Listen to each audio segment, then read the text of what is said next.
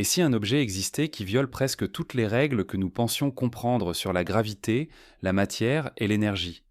Les catalogues astronomiques sont remplis d'étoiles, de trous noirs, de pulsars et de galaxies dont le comportement, aussi extrême soit-il, reste inscrit dans le cadre des lois physiques connues.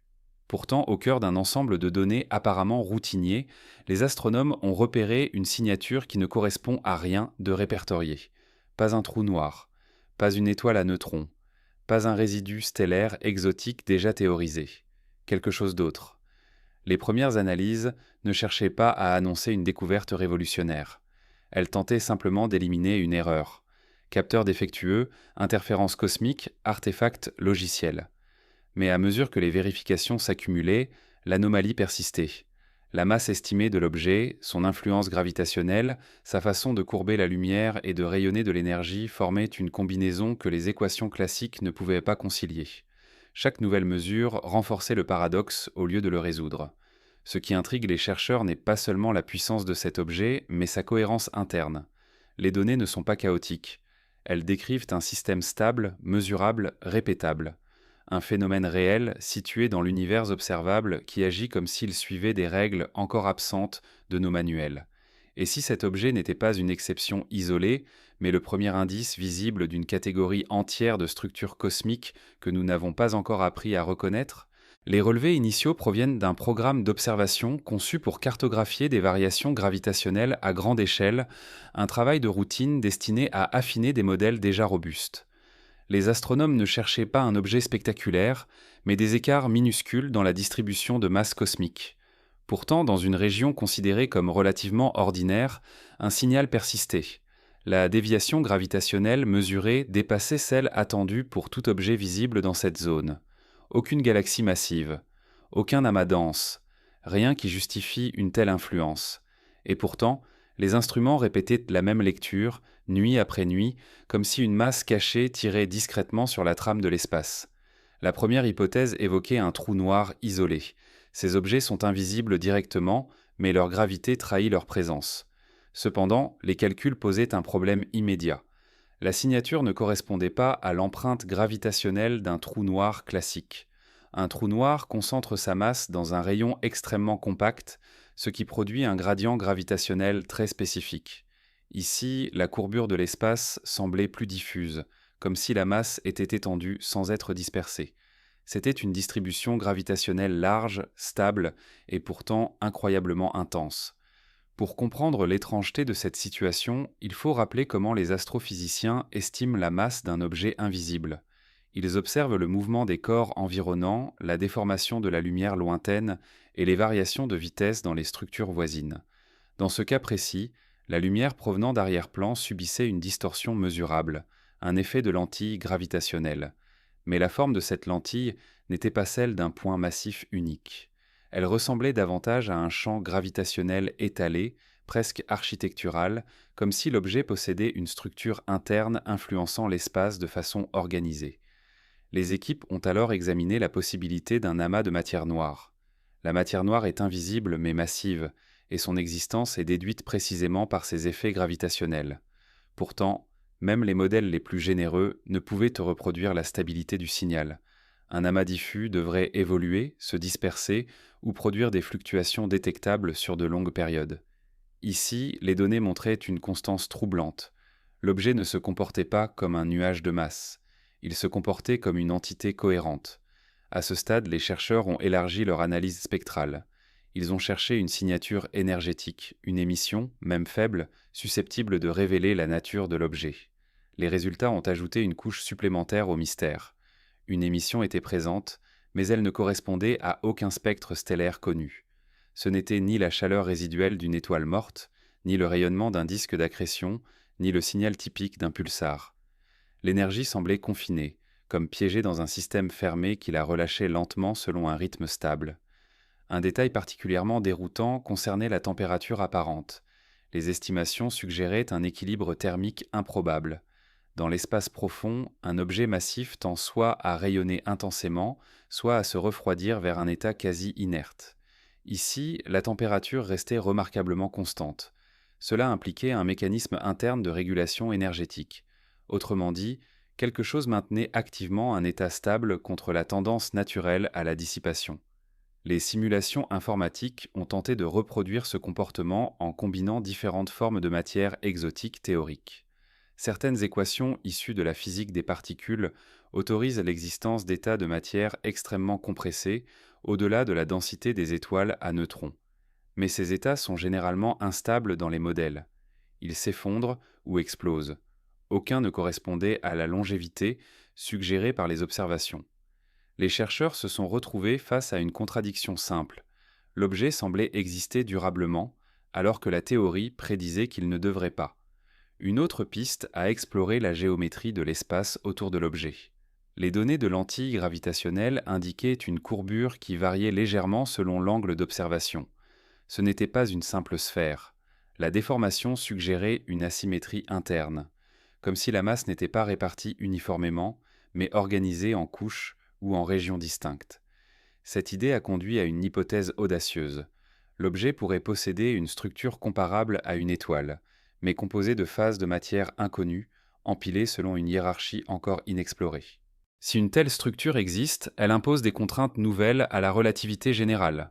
Les équations d'Einstein décrivent comment la masse et l'énergie courbent l'espace-temps, mais elles supposent des formes de matière familières. Introduire une matière aux propriétés radicalement différentes modifie les solutions possibles. Certains physiciens ont proposé que l'objet représente une solution stable rarement considérée, une configuration permise mathématiquement mais jugée improbable dans l'univers réel. L'observation forcerait alors la communauté scientifique à réexaminer des solutions autrefois écartées pour des raisons de simplicité. Un autre aspect troublant concernait le comportement du temps local. Des mesures fines de fréquence dans le rayonnement émis suggéraient une dilatation temporelle mesurable. Ce phénomène est attendu près d'objets massifs, mais l'intensité observée ne correspondait pas exactement à la masse estimée. Le temps semblait ralenti davantage que prévu. Cela indiquait que la relation entre masse et courbure ne suivait pas strictement les modèles standards. Soit la masse était mal évaluée, soit la géométrie de l'espace autour de l'objet était plus complexe que celle d'un simple puits gravitationnel. Pour tester cette possibilité, les équipes ont comparé les données avec des modèles de gravité modifiés. Certaines théories alternatives à la relativité générale prédisent des comportements non linéaires dans des conditions extrêmes. Habituellement, ces théories sont difficiles à vérifier car les écarts avec la relativité sont minuscules dans des environnements ordinaires. Mais un objet aussi extrême devient un laboratoire naturel. Les premières correspondances étaient imparfaites, mais suggestives. Certains paramètres semblaient s'aligner avec des prédictions jusque-là purement théoriques. Cependant, accepter une modification de la gravité est une décision lourde. Les physiciens privilégient toujours les explications conservatrices avant de réviser des lois fondamentales. Ils ont donc exploré une alternative plus subtile. Peut-être que l'objet n'est pas un corps unique, mais un système composite agissant comme un tout. Une configuration de masses multiples pourrait produire un champ gravitationnel trompeur. Pourtant, les calculs dynamiques posaient un obstacle. Un tel système devrait être instable sur des échelles de temps relativement courtes. Les observations, elles, suggéraient une stabilité remarquable. La cohérence du signal sur de longues périodes a progressivement déplacé le débat. L'objet n'était plus considéré comme une simple anomalie instrumentale. Il devenait un candidat sérieux pour une nouvelle classe d'objets astrophysiques. Les catalogues ont été fouillés rétrospectivement à la recherche de signatures similaires. Quelques indices ont émergé, des observations anciennes classées comme bruit ou erreurs statistiques. Réexaminées à la lumière des nouvelles données, elles dessinaient un motif discret. Peut-être que ces objets n'étaient pas uniques, mais simplement mal identifiés jusqu'à présent. Cette possibilité change profondément l'enjeu scientifique. Découvrir un objet singulier est fascinant. Découvrir une population entière d'objets inconnus transforme la cosmologie. Cela implique des processus de formation encore absents des modèles stellaires. Les étoiles naissent de nuages de gaz, évoluant selon des cycles nucléaires, puis meurent en laissant des résidus prévisibles. Si cet objet échappe à cette chaîne, alors il représente une branche parallèle de l'évolution cosmique. Certains chercheurs ont envisagé un scénario où des conditions extrêmes dans l'univers primordial auraient permis la formation de structures compactes non stellaires. Des fluctuations de densité, figées très tôt dans l'histoire cosmique, pourraient avoir créé des noyaux stables de matière exotique. Ces noyaux auraient survécu jusqu'à aujourd'hui, invisibles sauf par leur gravité. L'objet observé serait alors un vestige ancien, plus vieux que la plupart des étoiles, un témoin direct d'une phase oubliée de l'univers. Mais cette hypothèse soulève une question immédiate. Si de tels objets existent depuis si longtemps, pourquoi ne les avons-nous détectés que maintenant? La réponse possible tient à la sensibilité instrumentale. Les relevés gravitationnels modernes atteignent une précision inimaginable il y a quelques décennies. Ce qui était autrefois indiscernable devient mesurable. L'univers n'a peut-être pas changé. Notre capacité à le lire, oui. À mesure que l'analyse progresse, une tension intellectuelle s'installe. D'un côté, les lois physiques connues fonctionnent avec une précision extraordinaire dans d'innombrables contextes. De l'autre, cet objet semble se tenir à la frontière de ces lois, révélant leurs limites sans les contredire frontalement. Il agit comme un test de résistance pour la théorie, un point où les approximations cessent d'être suffisantes. Et c'est précisément dans ces zones de tension que la science avance. Les grandes révisions théoriques ne naissent pas du chaos, mais d'anomalies persistantes, mesurées avec rigueur, répétées avec soin. L'objet ne détruit pas la physique existante. Il la pousse vers un domaine où elle doit s'étendre.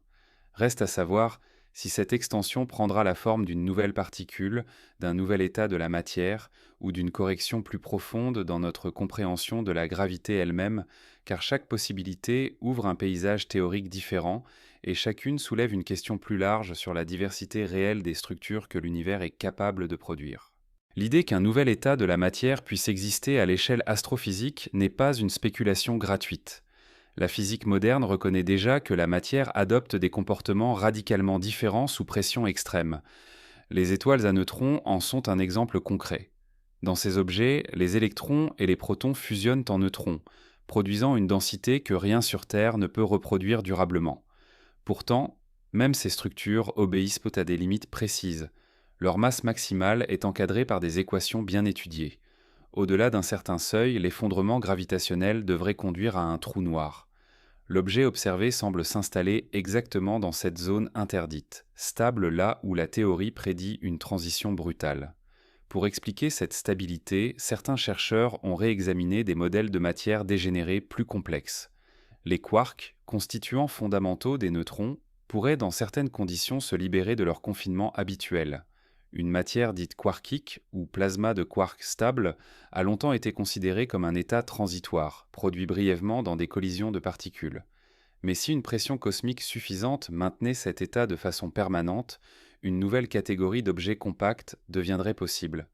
Une étoile de quark théorique aurait une densité supérieure à celle d'une étoile à neutrons tout en évitant l'horizon d'un trou noir. Cependant, les signatures prédites pour une étoile de quark ne correspondent qu'en partie aux observations. Les modèles prévoient des rayonnements spécifiques liés à la surface de cette matière exotique. Or, l'objet étudié présente un spectre plus lisse, moins turbulent. Cela suggère soit une variante inconnue de matière quarkique, soit une couche supplémentaire modifiant son interaction avec le vide environnant. Cette nuance technique devient cruciale car elle indique que nous ne faisons peut-être pas face à une simple extrapolation des modèles existants, mais à un domaine entièrement nouveau de la physique de la matière dense. Les astrophysiciens ont également examiné la possibilité d'un objet soutenu par une pression non conventionnelle. Dans les étoiles ordinaires, la pression thermique équilibre la gravité. Dans les étoiles à neutrons, c'est la pression quantique de dégénérescence.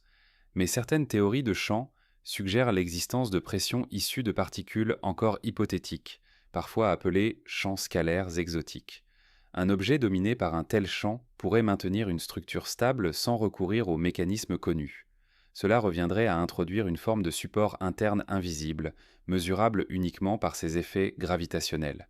Pour tester ces idées, les chercheurs se sont tournés vers la chronométrie précise. En observant la fréquence du rayonnement émis, ils ont détecté de légères dérives périodiques. Ces variations ne ressemblant pas à une rotation simple, elles suggéraient des oscillations internes, comme si l'objet vibrait selon des modes propres. L'analyse de ces oscillations, comparable à la sismologie appliquée aux étoiles, offre une fenêtre indirecte sur sa structure. Les fréquences mesurées ne correspondaient à aucun modèle stellaire connu. C'était l'équivalent astrophysique d'entendre une note musicale impossible sur un instrument familier. Cette analogie n'est pas seulement poétique, elle est technique. Chaque structure matérielle possède un spectre d'oscillation déterminé par sa composition. En laboratoire, on identifie un matériau par la façon dont il résonne. À l'échelle cosmique, le principe reste valable. Les vibrations de l'objet constituent une signature interne, et cette signature implique une rigidité inattendue, une résistance à la déformation supérieure à celle des étoiles à neutrons les plus denses. Cela suggère une cohésion interne que les forces nucléaires classiques peinent à expliquer. Un autre indice provient de l'environnement immédiat de l'objet. Les particules chargées à proximité suivent des trajectoires anormalement ordonnées. Le champ magnétique détecté ne correspond pas à celui d'un pulsar classique. Il semble stratifié, organisé en couches stables plutôt qu'en lignes chaotiques. Une telle structure magnétique exige une architecture interne capable de canaliser l'énergie sur de longues durées. Cela renforce l'idée que l'objet n'est pas simplement dense, mais structuré selon des règles encore inconnues. Les implications dépassent la simple classification d'un nouvel astre. Si une matière capable de supporter de telles pressions existe, elle pourrait influencer notre compréhension des interactions fondamentales. Les équations décrivant la force forte qui lie les quarks sont notoirement complexes dans les régimes extrêmes. Un objet réel servant de laboratoire naturel offrirait des contraintes expérimentales inédites. Autrement dit, le ciel deviendrait un accélérateur de particules à l'échelle cosmique, révélant indirectement des propriétés impossibles à mesurer sur Terre. À mesure que ces données s'accumulent, la frontière entre astrophysique et physique des particules s'estompe. L'objet agit comme un pont entre deux domaines souvent étudiés séparément. Les cosmologistes y voient une clé pour comprendre les premières 2 fractions de seconde de l'univers. Les physiciens des particules y voient une opportunité de tester des théories longtemps confinées aux équations. Cette convergence explique l'intensité de l'intérêt scientifique. L'enjeu n'est pas seulement de nommer un nouvel objet, mais de cartographier un territoire théorique entier. Pourtant, une difficulté persiste. Les observations indiquent que l'objet interagit faiblement avec son environnement. Il n'absorbe pas massivement de matière, ne produit pas de jets violents, ne perturbe pas sa région comme le ferait un trou noir actif. Sa présence est puissante mais discrète. Cette retenue énergétique suggère un état d'équilibre profond, presque minimaliste. Comme si la structure interne avait trouvé une configuration optimisée, stable sur des échelles de temps cosmologiques. Une telle stabilité pose un défi conceptuel. Dans l'univers, les systèmes extrêmes sont souvent transitoires. Les supernovas explosent, les trous noirs dévorent, les étoiles massives brûlent rapidement leur carburant. Un objet durablement extrême est plus rare. Il implique une symétrie ou une contrainte fondamentale encore inaperçue. Les mathématiciens commencent donc à explorer des solutions d'équilibre dans des cadres élargis, cherchant des configurations où énergie, gravité et pression s'annulent avec une précision inhabituelle. Ces recherches conduisent à revisiter certaines idées marginales de la relativité étendue. Des solutions d'espace-temps autorisent théoriquement des objets compacts sans horizon, parfois appelés étoiles gravitationnelles dans la littérature spéculative. Ces solutions ont longtemps été considérées comme des curiosités mathématiques. L'objet observé offre peut-être un candidat réel. Si c'est le cas, cela signifierait que l'univers exploite des possibilités que la théorie autorisait sans que nous ayons imaginé les rencontrer.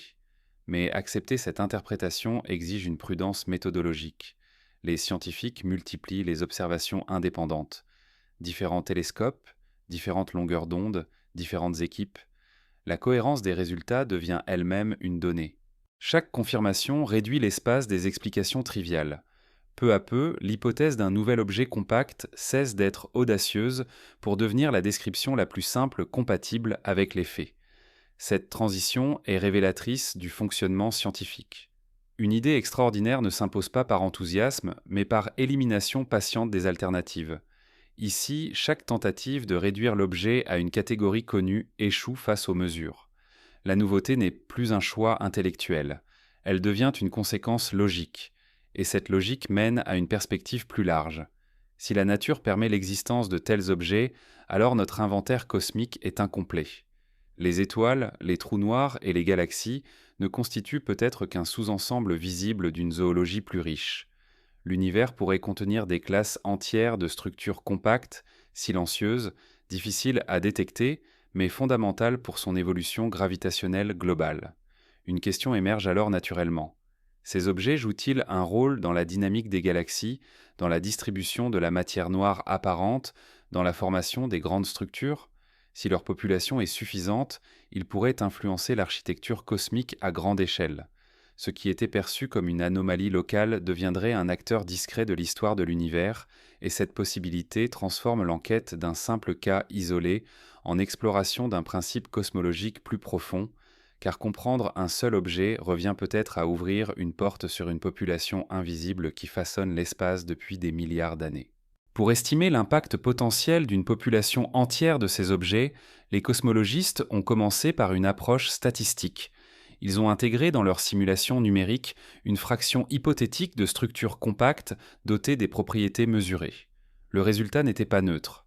Même en quantité modeste, ces objets modifiaient la dynamique gravitationnelle des galaxies simulées. Les courbes de rotation, longtemps attribuées exclusivement à la matière noire diffuse, pouvaient être reproduites en partie par une distribution de masse compacte invisible. Cela ne remplaçait pas complètement la matière noire, mais introduisait une composante supplémentaire capable de rééquilibrer certaines tensions dans les modèles actuels.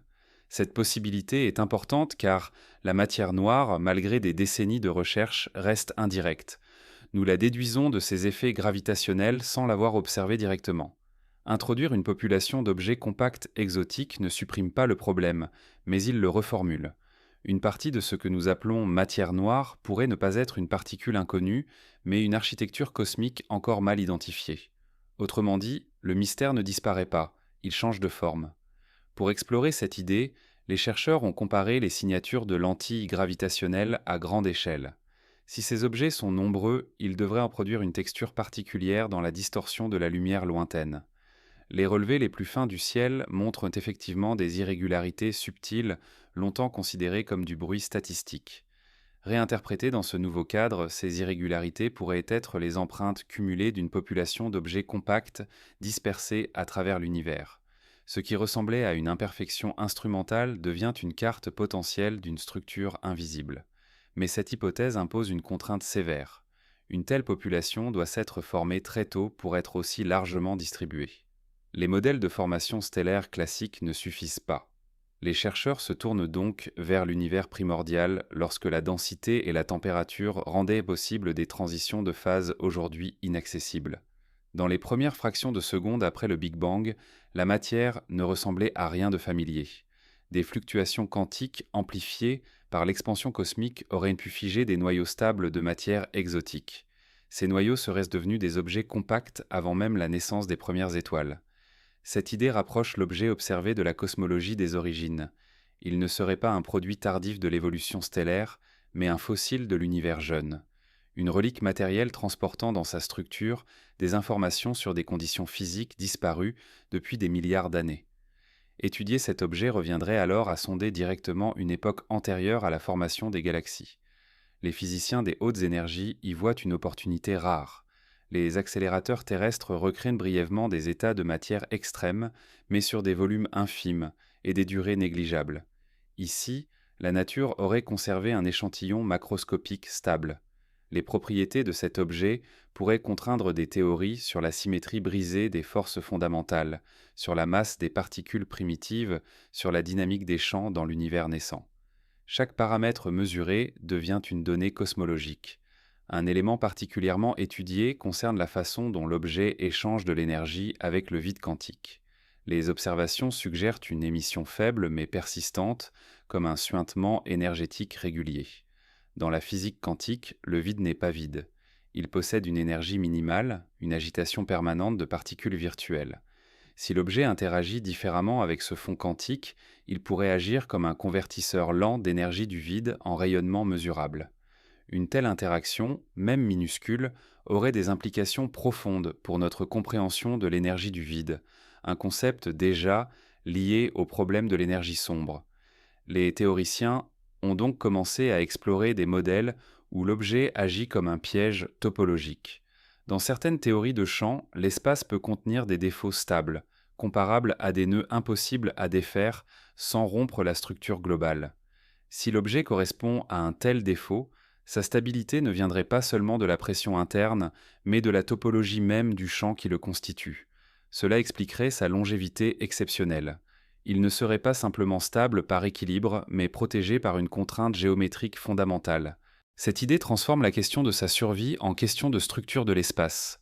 L'objet ne serait pas un corps posé dans l'univers, mais une configuration de l'univers lui-même, comme un tourbillon figé dans un fluide impossible à dissiper sans réorganiser tout le milieu environnant. Cette perspective brouille la frontière intuitive entre matière et espace-temps. Elle suggère que certaines formes de matière exotique sont indissociables de la géométrie qui les porte. Pour tester cette hypothèse, les chercheurs examinent la propagation des ondes gravitationnelles à proximité de l'objet. Si sa structure modifie localement les propriétés de l'espace, les ondes devraient subir une dispersion mesurable. Les premières analyses de données provenant de détecteurs d'ondes gravitationnelles montrent des anomalies subtiles lors du passage d'événements lointains derrière la région concernée. Rien de spectaculaire, mais suffisamment cohérent pour justifier une enquête approfondie. Une légère distorsion temporelle, un étirement de phase, comme si l'onde traversait un milieu aux propriétés inattendues. Ces indices renforcent l'idée que l'objet n'est pas seulement massif, mais structurellement singulier. Il agit sur plusieurs niveaux physiques simultanément. Gravité, électromagnétisme, dynamique quantique du vide. Peu d'objets connus combinent autant d'effets sans produire de violence énergétique visible. Cette discrétion le rend d'autant plus intrigant. C'est un extrême silencieux, une anomalie stable dans un univers souvent dominé par des phénomènes explosifs. À ce stade, la communauté scientifique adopte une stratégie prudente mais ambitieuse. Plutôt que de chercher une explication unique, elle développe une famille de modèles compatibles avec les données. Chaque modèle propose une version différente de la structure interne. Étoile de quark modifiée, condensat de champs scalaires, défaut topologique primordial, objet gravitationnel sans horizon. L'objectif n'est pas de trancher immédiatement, mais de multiplier les prédictions testables. Un bon modèle ne se contente pas d'expliquer le présent. Il anticipe de nouvelles observations. Les campagnes d'observation futures sont donc orientées vers des tests discriminants. Polarisation du rayonnement, micro-variations gravitationnelles, interaction avec les particules cosmiques environnantes. Chaque mesure supplémentaire agit comme un filtre, éliminant des possibilités. La science avance ici par compression de l'incertitude. Le champ des hypothèses se resserre progressivement autour d'une description de plus en plus précise. Mais au-delà des détails techniques, une conséquence philosophique se dessine. L'objet rappelle que l'univers n'est pas obligé d'être simple. Nos classifications astrophysiques reflètent l'état de nos connaissances, pas une limite imposée à la nature. Chaque fois que nous croyons avoir dressé un inventaire complet, une exception apparaît. Non pas pour contredire les lois existantes, mais pour révéler qu'elles s'appliquent dans un espace de possibilités plus vaste que prévu. Si une nouvelle classe d'objets compacts existe, elle implique une diversité cosmique encore largement inexplorée. Les télescopes ne découvrent pas seulement des choses lointaines, ils découvrent des catégories de réalité. Chaque catégorie élargit notre conception de ce que la matière peut devenir sous contraintes extrêmes. Et dans ce cas précis, la contrainte semble conduire à une architecture qui relie intimement la physique des particules, la relativité et la cosmologie primordiale. Reste une interrogation centrale. L'objet que nous étudions est-il représentatif ou exceptionnel même au sein de sa propre catégorie ? S'il s'agit d'un cas limite, il pourrait incarner la frontière maximale de stabilité pour cette forme de matière. S'il est typique, alors l'univers pourrait en contenir d'innombrables exemplaires encore invisibles à nos méthodes actuelles. La réponse déterminera si nous avons découvert une curiosité rare ou la pointe émergée d'une population cosmique majeure, et cette distinction conditionne la manière dont nous devrons réécrire notre carte de l'univers. Pour trancher entre exception et population cachée, les astronomes ont adopté une méthode indirecte inspirée de l'archéologie scientifique. Plutôt que de chercher immédiatement d'autres objets identiques, ils ont examiné les archives du ciel. Des décennies d'observations dormaient dans des bases de données, collectées pour des objectifs différents. L'idée était simple. Si un phénomène laisse une signature mesurable aujourd'hui, il a peut-être déjà laissé des traces que personne n'avait appris à reconnaître. Les algorithmes modernes d'analyse statistique ont été appliqués rétroactivement à ces relevés, et progressivement, des motifs familiers ont commencé à réapparaître. Ces motifs n'étaient pas spectaculaires. Ils prenaient la forme de micro-déviations gravitationnelles, de distorsions lumineuses trop faibles pour attirer l'attention dans les études initiales. Mais mis en réseau, ils dessinaient une géographie cohérente. Des régions entières du ciel présentaient des anomalies du même type que l'objet principal, bien que moins intenses. Cela suggérait une distribution hiérarchique, comme si l'objet étudié n'était qu'un membre massif d'une famille plus large composée d'individus de taille variée. Cette hiérarchie rappelle la distribution des étoiles ou des galaxies, où quelques géants dominent une multitude d'objets plus modestes. Si la même logique s'applique ici, alors ces structures compactes pourraient être une composante structurelle durable de l'univers. Leur rôle ne serait pas marginal. Ils participeraient à la dynamique gravitationnelle globale, influençant la formation des galaxies, la migration des amas, peut-être même la texture à grande échelle du cosmos. Pour comprendre leur influence potentielle, les chercheurs ont examiné la façon dont ces objets interagissent entre eux.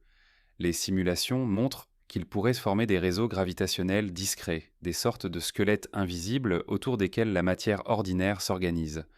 Dans ce scénario, les galaxies ne se formeraient pas seulement dans des halos diffus de matière noire, euh, mais autour de noyaux compacts servant de points d'ancrage gravitationnel. Cela modifierait subtilement la chronologie de la formation cosmique. Une conséquence directe concerne la vitesse d'assemblage des premières structures. Les modèles standards peinent à expliquer comment des galaxies massives ont émergé si rapidement dans l'univers jeune. Introduire des noyaux compacts préexistants accélère naturellement ce processus. Ils agissent comme des graines gravitationnelles, concentrant la matière environnante plus efficacement qu'un champ diffus. Ce mécanisme réduit certaines tensions entre observation et théorie sans exiger de révision radicale de l'expansion cosmique. Mais cette élégance explicative soulève une nouvelle question. Si ces objets ont servi de graines, pourquoi ne dominent-ils pas visiblement le contenu des galaxies actuelles? Les observations suggèrent qu'ils sont rares ou difficiles à détecter au sein des systèmes matures. Une hypothèse propose qu'ils migrent progressivement vers les centres galactiques, fusionnant ou se dissolvant dans des environnements plus chaotiques. Une autre suggère qu'ils interagissent faiblement avec la matière ordinaire, restant périphériques et silencieux. Pour départager ces scénarios, les chercheurs analysent les mouvements stellaires dans les régions externes des galaxies. Des déviations subtiles dans les trajectoires pourraient révéler la présence de masses compactes isolées. Certaines études préliminaires indiquent des perturbations difficiles à attribuer uniquement à la distribution visible de matière. Rien de définitif, mais suffisamment intrigant pour motiver des campagnes d'observation plus fines. Parallèlement, les physiciens théoriciens explorent les implications thermodynamiques de ces objets.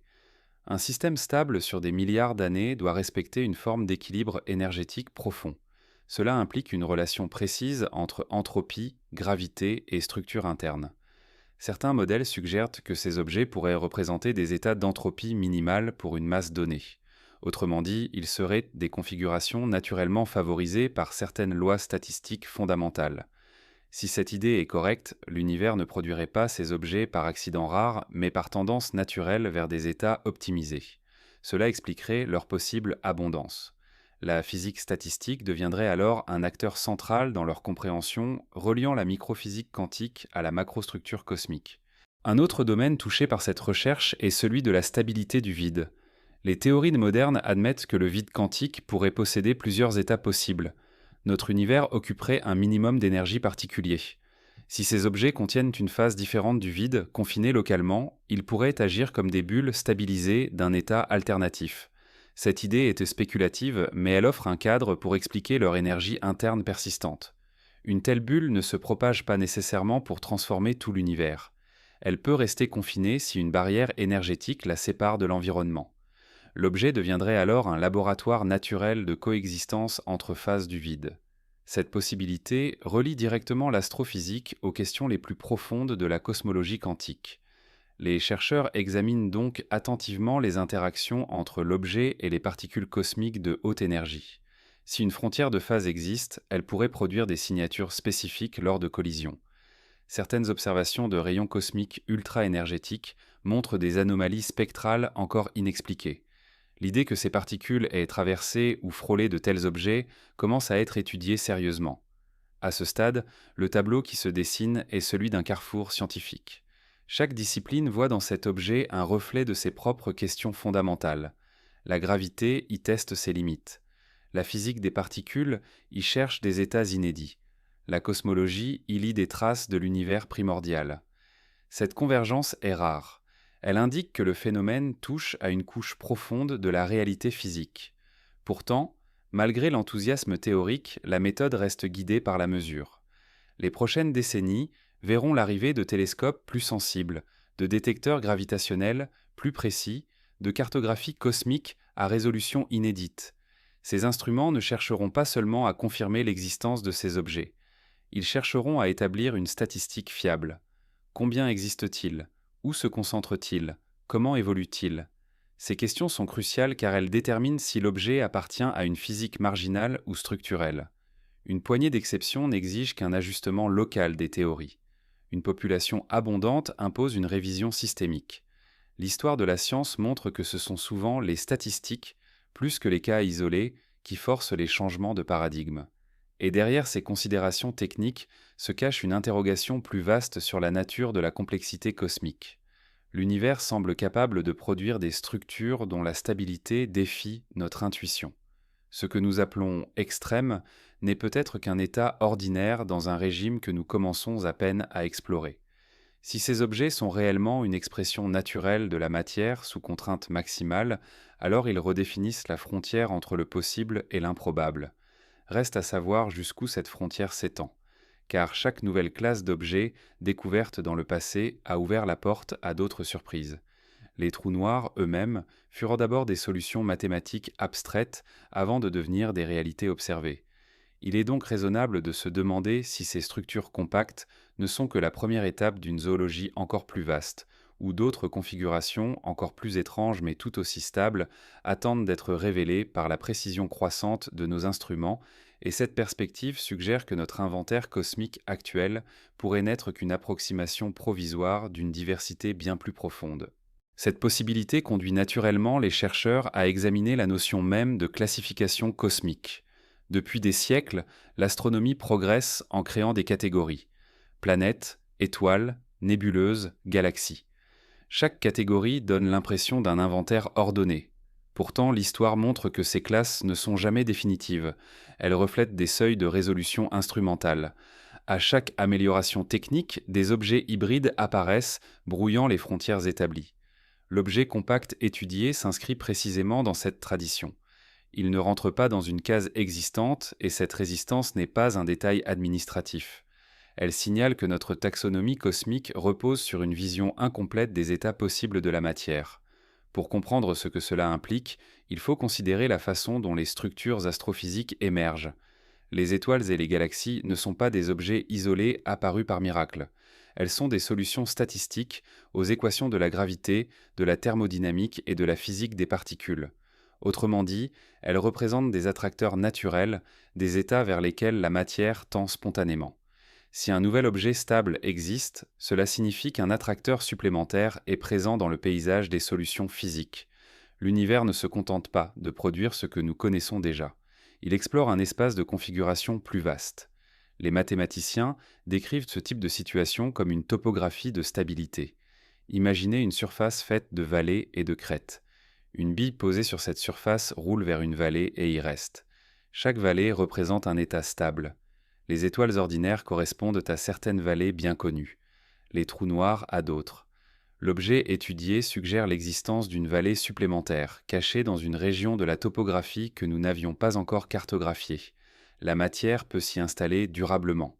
Et une fois installée, elle n'a aucune raison d'en sortir. Cette image aide à comprendre pourquoi ces objets pourraient être rares sans être impossibles. Une vallée étroite attire moins de trajectoires qu'une vallée large. Les conditions nécessaires pour y tomber doivent être précises. Cela expliquerait pourquoi l'univers n'est pas dominé par ces structures, tout en autorisant leur existence répétée. La rareté n'est pas une interdiction, c'est une question de probabilité dynamique.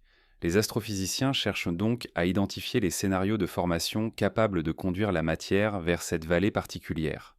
L'effondrement stellaire classique ne suffit peut-être pas. Il produit soit une étoile à neutrons, soit un trou noir selon la masse initiale. Mais dans des environnements extrêmes, par exemple lors de collisions entre étoiles à neutrons, des conditions transitoires apparaissent. Pression, température et densité atteignent des valeurs inaccessibles dans une étoile isolée. Ces instants pourraient servir de porte d'entrée vers la configuration exotique observée. Les détecteurs d'ondes gravitationnelles ont déjà enregistré des fusions d'étoiles à neutrons. Ces événements libèrent une quantité d'énergie colossale et produisent des résidus dont la nature reste parfois incertaine. Certains signaux post-collision montrent des plateaux énergétiques difficiles à interpréter. Une hypothèse émergente propose que, dans certains cas, le résidu ne s'effondre pas immédiatement en trou noir. Il pourrait transiter vers un état compact stable différent. Autrement dit, ces objets pourraient être les descendants survivants de collisions cataclysmiques. Cette idée relie directement la naissance de l'objet à des événements violents mais rares. Elle fournit un mécanisme de formation naturel sans invoquer des conditions primordiales obligatoires. Les deux scénarios, origine ancienne ou origine collisionnelle, ne sont d'ailleurs pas incompatibles. L'univers pourrait produire ces structures par plusieurs voies, chacune alimentant la même classe finale. Ce pluralisme de formation renforcerait leur présence statistique. Une question subtile apparaît alors. Si ces objets sont issus de collisions, devraient-elles émettre des signatures chimiques spécifiques? Les fusions d'étoiles à neutrons sont connues pour produire des éléments lourds dispersés dans l'espace environnant. L'étude spectroscopique des régions proches de l'objet révèle effectivement une légère surabondance de certains noyaux lourds. Ce détail n'est pas une preuve définitive, mais il s'aligne avec l'idée d'un passé collisionnel. L'environnement porte peut-être la mémoire chimique de l'événement fondateur. Au-delà de leur origine, la question de leur évolution à long terme devient centrale. Un objet stable ne signifie pas un objet immuable. Même les structures les plus robustes interagissent avec leur environnement. L'objet compact attire lentement la matière diffuse, absorbe des particules, échange de l'énergie avec le rayonnement ambiant. Ces interactions, cumulées sur des milliards d'années, pourraient modifier progressivement sa masse ou sa structure interne. Les chercheurs tentent de modéliser cette évolution séculaire. Les premières estimations suggèrent une croissance extrêmement lente. L'objet agit comme un puits gravitationnel modéré plutôt qu'un aspirateur cosmique. Sa section efficace d'accrétion est faible comparée à celle d'un trou noir. Cela signifie qu'il peut survivre très longtemps sans changer radicalement. Sa stabilité n'est pas seulement instantanée, elle est cosmologique. Il traverse les époques sans se transformer rapidement, devenant un témoin durable de l'histoire galactique. Cette longévité ouvre une perspective fascinante. Si ces objets existent, depuis les premières générations d'étoiles, ou même avant, certains pourraient être presque aussi anciens que l'univers observable. Ils deviendraient des archives matérielles. Leur structure interne contiendrait des informations gelées sur des conditions physiques archaïques. Étudier leurs propriétés reviendrait à pratiquer une forme de paléophysique où chaque paramètre mesuré sert d'indice sur les lois actives à une époque révolue. Les cosmologistes s'intéressent particulièrement à la relation entre ces objets et l'expansion de l'univers.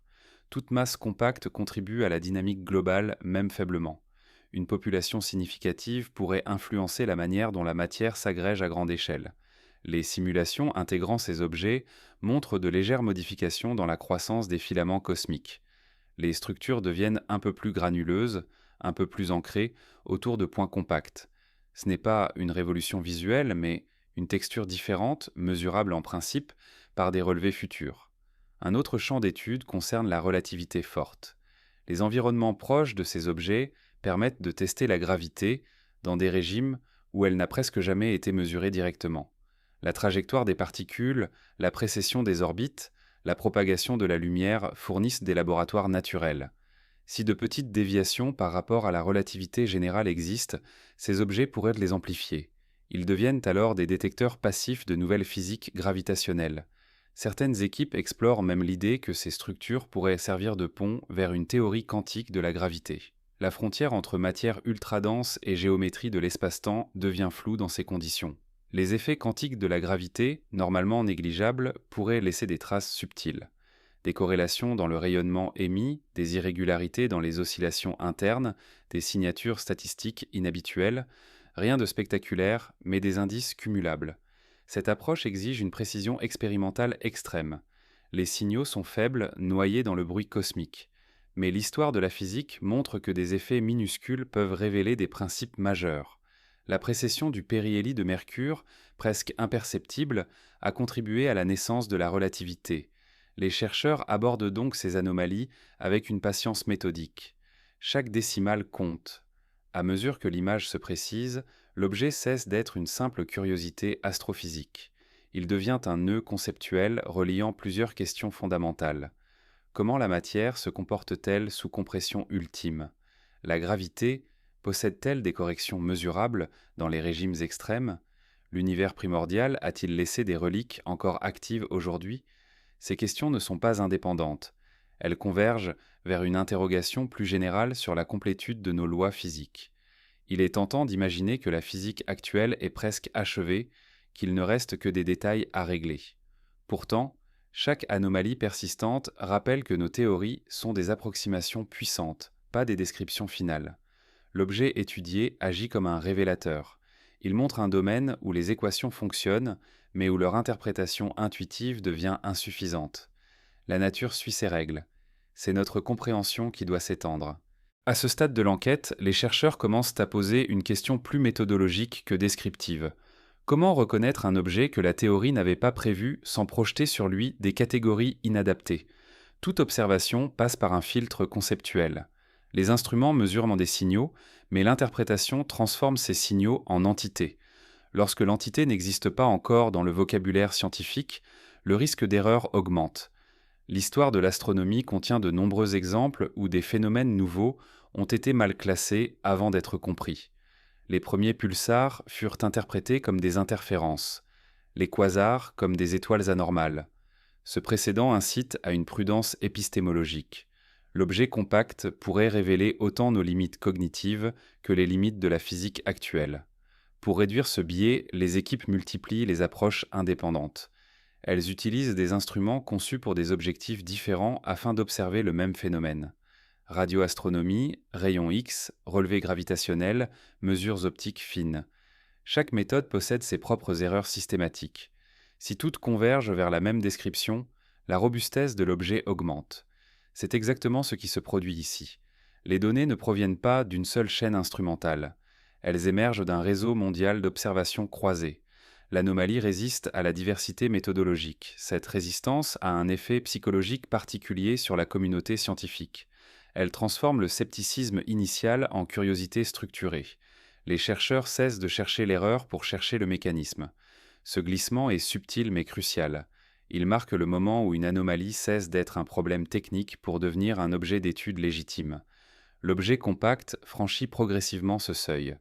Il entre dans la littérature scientifique non plus comme une note de bas de page, mais comme un sujet central. Une fois cette légitimité acquise, la question de la mesure absolue devient prioritaire. Les paramètres fondamentaux doivent être établis avec précision.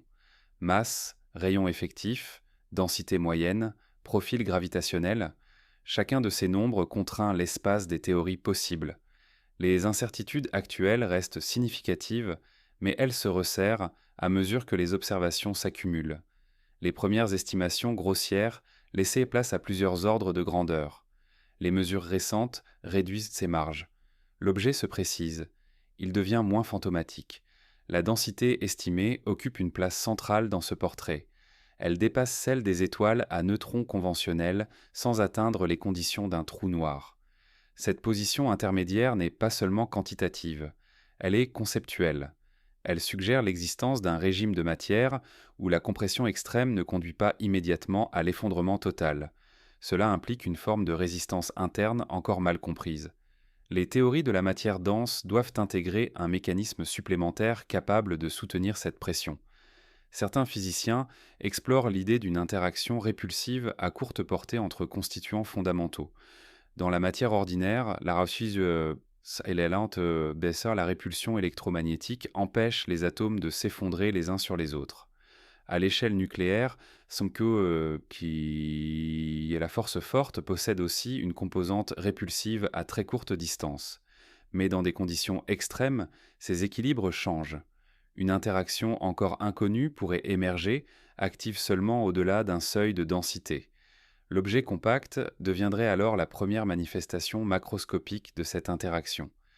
Une telle hypothèse aurait des conséquences profondes pour la physique des particules. Elle suggérerait que le catalogue des forces fondamentales observables n'est pas complet dans les régimes extrêmes. Les accélérateurs terrestres n'atteignent pas ces densités de façon stable. Le cosmos, en revanche, fonctionne comme un laboratoire naturel où les paramètres dépassent nos capacités expérimentales. L'objet étudié agirait comme une fenêtre indirecte sur cette physique cachée. Les chercheurs examinent également la possibilité que la matière interne soit organisée en phases successives. Au lieu d'un matériau uniforme, l'objet pourrait contenir des couches distinctes, chacune correspondant à un état différent de la matière dense. Cette stratification rappellerait la structure interne des planètes, mais transposée à des régimes nucléaires. Chaque couche influencerait la propagation des ondes internes, ce qui expliquerait la complexité des oscillations observées. L'objet deviendrait un système composite plutôt qu'un bloc homogène. Cette image stratifiée permet d'expliquer une autre observation intrigante. Le champ gravitationnel externe semble légèrement dépendant de l'orientation. Pas de manière spectaculaire, mais suffisamment pour indiquer une asymétrie interne stable. Une distribution de couches non sphériques pourrait produire cet effet. Cela signifie que l'objet conserve une mémoire de sa formation. Sa géométrie n'a pas été entièrement effacée par la gravité. Une rigidité interne empêche la relaxation complète vers une sphère parfaite. La notion de rigidité à ces échelles est contre-intuitive. Nous associons la rigidité aux solides ordinaires. Mais ici, il s'agirait d'une rigidité nucléaire ou subnucléaire, une résistance collective des constituants à la déformation. Cette propriété rapproche l'objet de certains modèles théoriques de matière cristalline dense où des structures périodiques émergent à l'échelle des particules. Un cristal nucléaire cosmique n'est pas une image poétique, c'est une possibilité mathématique sérieusement étudiée. Si une telle organisation existe, elle aurait des implications sur la rotation de l'objet. Les mesures suggèrent une rotation lente mais remarquablement stable. L'absence de fluctuations majeures indique un moment d'inertie inhabituel. La distribution interne de masse influence fortement ce paramètre. Une structure rigide stratifiée pourrait expliquer cette stabilité. L'objet se comporterait moins comme un fluide et davantage comme un solide gravitationnel. Cette interprétation conduit à reconsidérer la distinction classique entre états de la matière à l'échelle cosmique. Nous avons l'habitude de penser les étoiles comme des fluides chauds dominés par la pression thermique.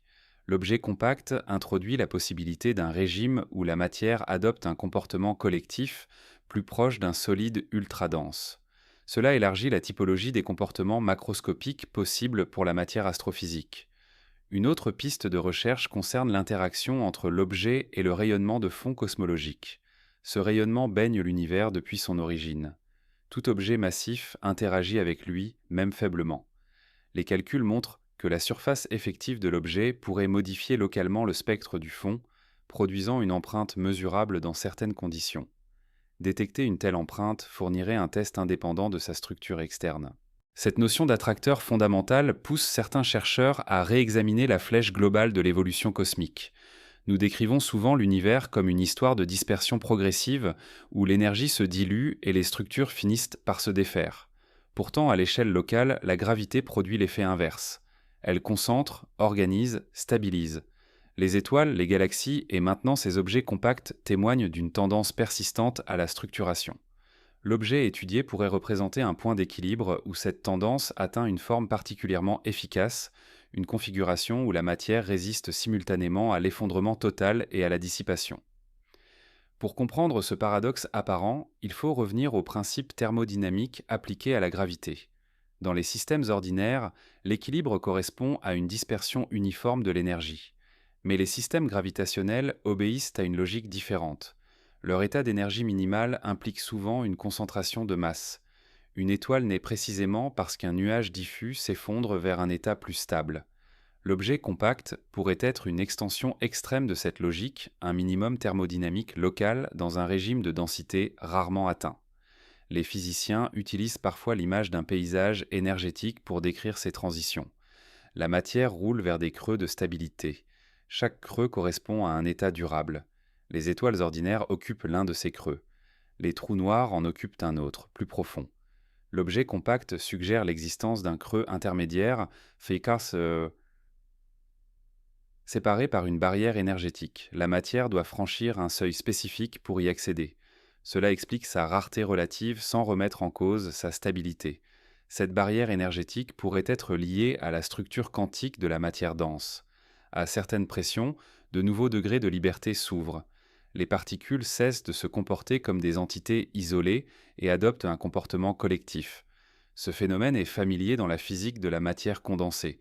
Les supraconducteurs, par exemple, émergent lorsque des électrons se synchronisent dans un état collectif.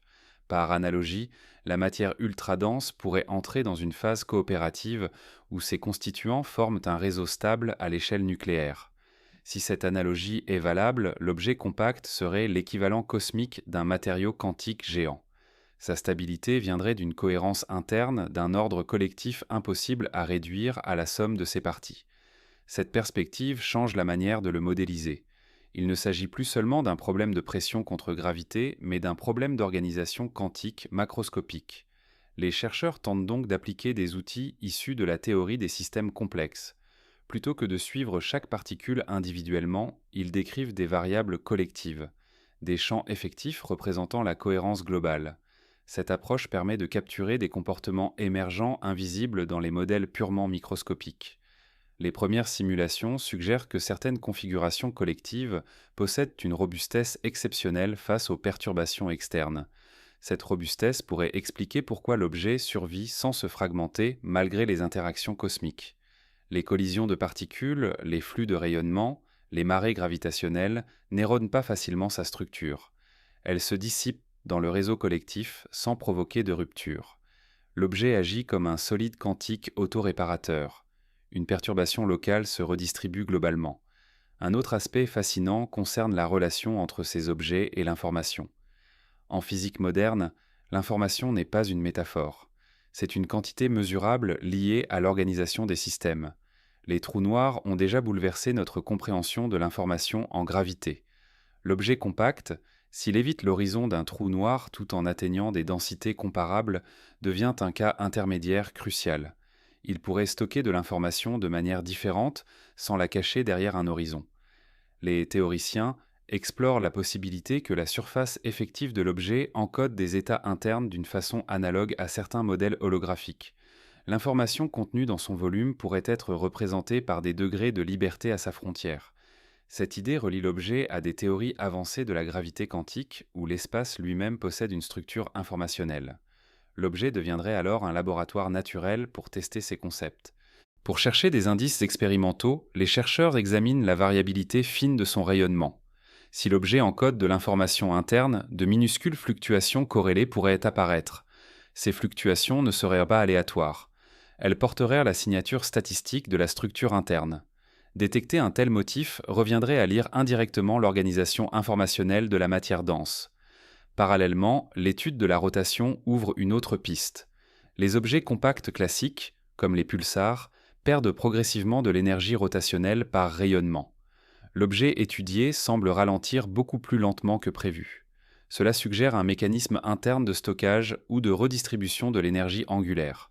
Peut-être que la structure collective interne absorbe une partie de cette énergie au lieu de la dissiper immédiatement. Ce comportement rappelle certains systèmes mécaniques où l'énergie se transfère entre modes internes plutôt que de s'échapper. À l'échelle cosmique, cela impliquerait que l'objet possède une dynamique interne riche, un ensemble de degrés de liberté capables d'échanger énergie et moments angulaires. Nous n'observons que la surface du phénomène. L'intérieur pourrait être un paysage dynamique complexe. Cette complexité interne soulève la question de la prédictibilité. Un système très riche peut présenter des comportements chaotiques ou quasi chaotiques. Les oscillations mesurées montrent effectivement une structure spectrale dense avec de nombreuses fréquences proches. Cela suggère un espace d'état interne vaste.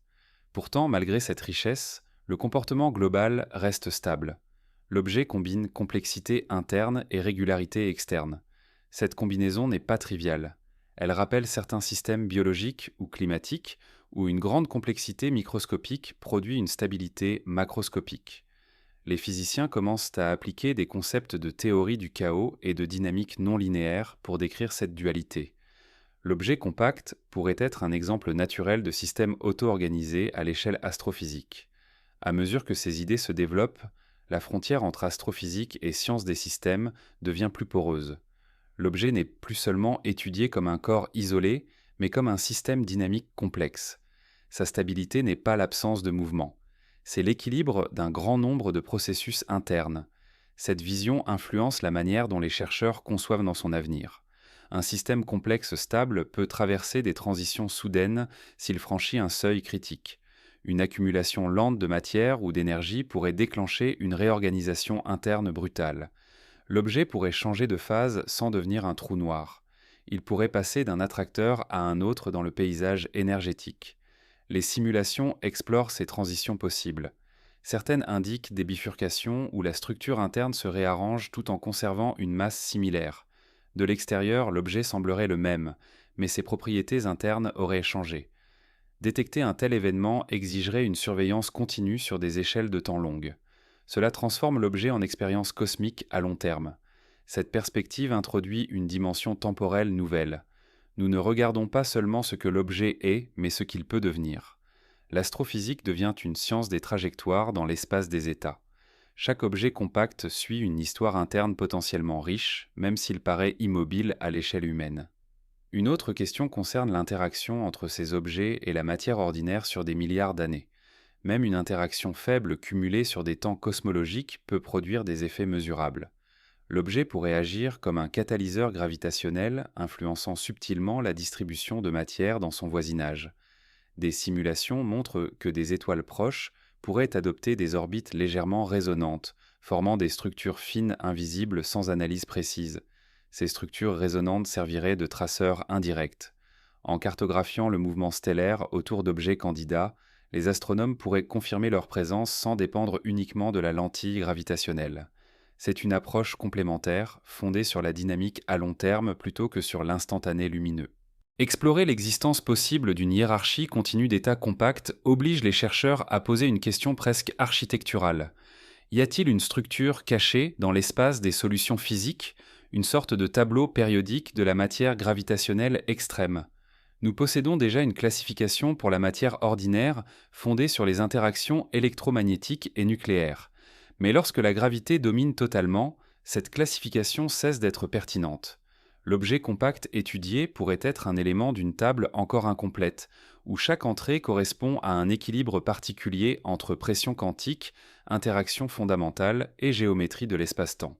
Pour construire une telle table conceptuelle, les physiciens utilisent des modèles paramétriques. Ils varient systématiquement la densité, la composition hypothétique et les constantes d'interaction dans leurs équations. Chaque combinaison produit un objet théorique. La plupart sont instables. Certains convergent vers des solutions durables. Ces points de stabilité dessinent une carte. L'objet observé correspond à l'un de ces points. Mais la carte suggère d'autres îlots possibles, situés dans des régimes encore inatteignables par nos observations actuelles. Cette cartographie théorique n'est pas un exercice abstrait gratuit. Elle sert de guide expérimental. Si un régime stable est mathématiquement permis, la nature peut l'avoir exploré quelque part. L'histoire de la physique montre que des solutions longtemps considérées comme purement formelles finissent parfois par être observées. Les ondes gravitationnelles en sont un exemple récent. Prévu un siècle plus tôt, leur signal a attendu la sensibilité instrumentale adéquate. L'objet compact pourrait annoncer une série de confirmations similaires. Une implication directe concerne la notion de limite ultime pour la matière. Nous avons longtemps pensé que le trou noir représentait la fin inévitable de toute compression gravitationnelle, mais cette idée repose sur des hypothèses spécifiques concernant la structure interne de la matière. Si de nouveaux mécanismes de résistance apparaissent à certaines densités, la trajectoire vers le trou noir pourrait comporter des paliers stables intermédiaires. L'objet étudié incarne peut-être l'un de ces paliers. Les théoriciens examinent donc la possibilité d'une séquence de transition de phase gravitationnelle. À mesure que la matière se comprime, elle changerait d'état comme l'eau change de phase sous pression et température. Chaque transition produirait un nouvel objet macroscopique aux propriétés distinctes. Les étoiles à neutrons seraient une phase. L'objet compact, une phase suivante. Le trou noir ne serait pas une destination unique, mais une frontière atteinte seulement si toutes les phases intermédiaires échouent à stabiliser la matière. Cette vision transforme l'effondrement gravitationnel en processus stratifié plutôt qu'en chute continue. Elle rapproche l'astrophysique de la physique des matériaux, où les transitions de phase structurent le comportement macroscopique. Les chercheurs cherchent des signatures observationnelles de ces transitions. Par exemple, des émissions transitoires spécifiques lors de la formation de l'objet, analogues à la chaleur latente libérée lors d'un changement de phase ordinaire. Les archives d'événements énergétiques lointains sont réexaminées sous cet angle.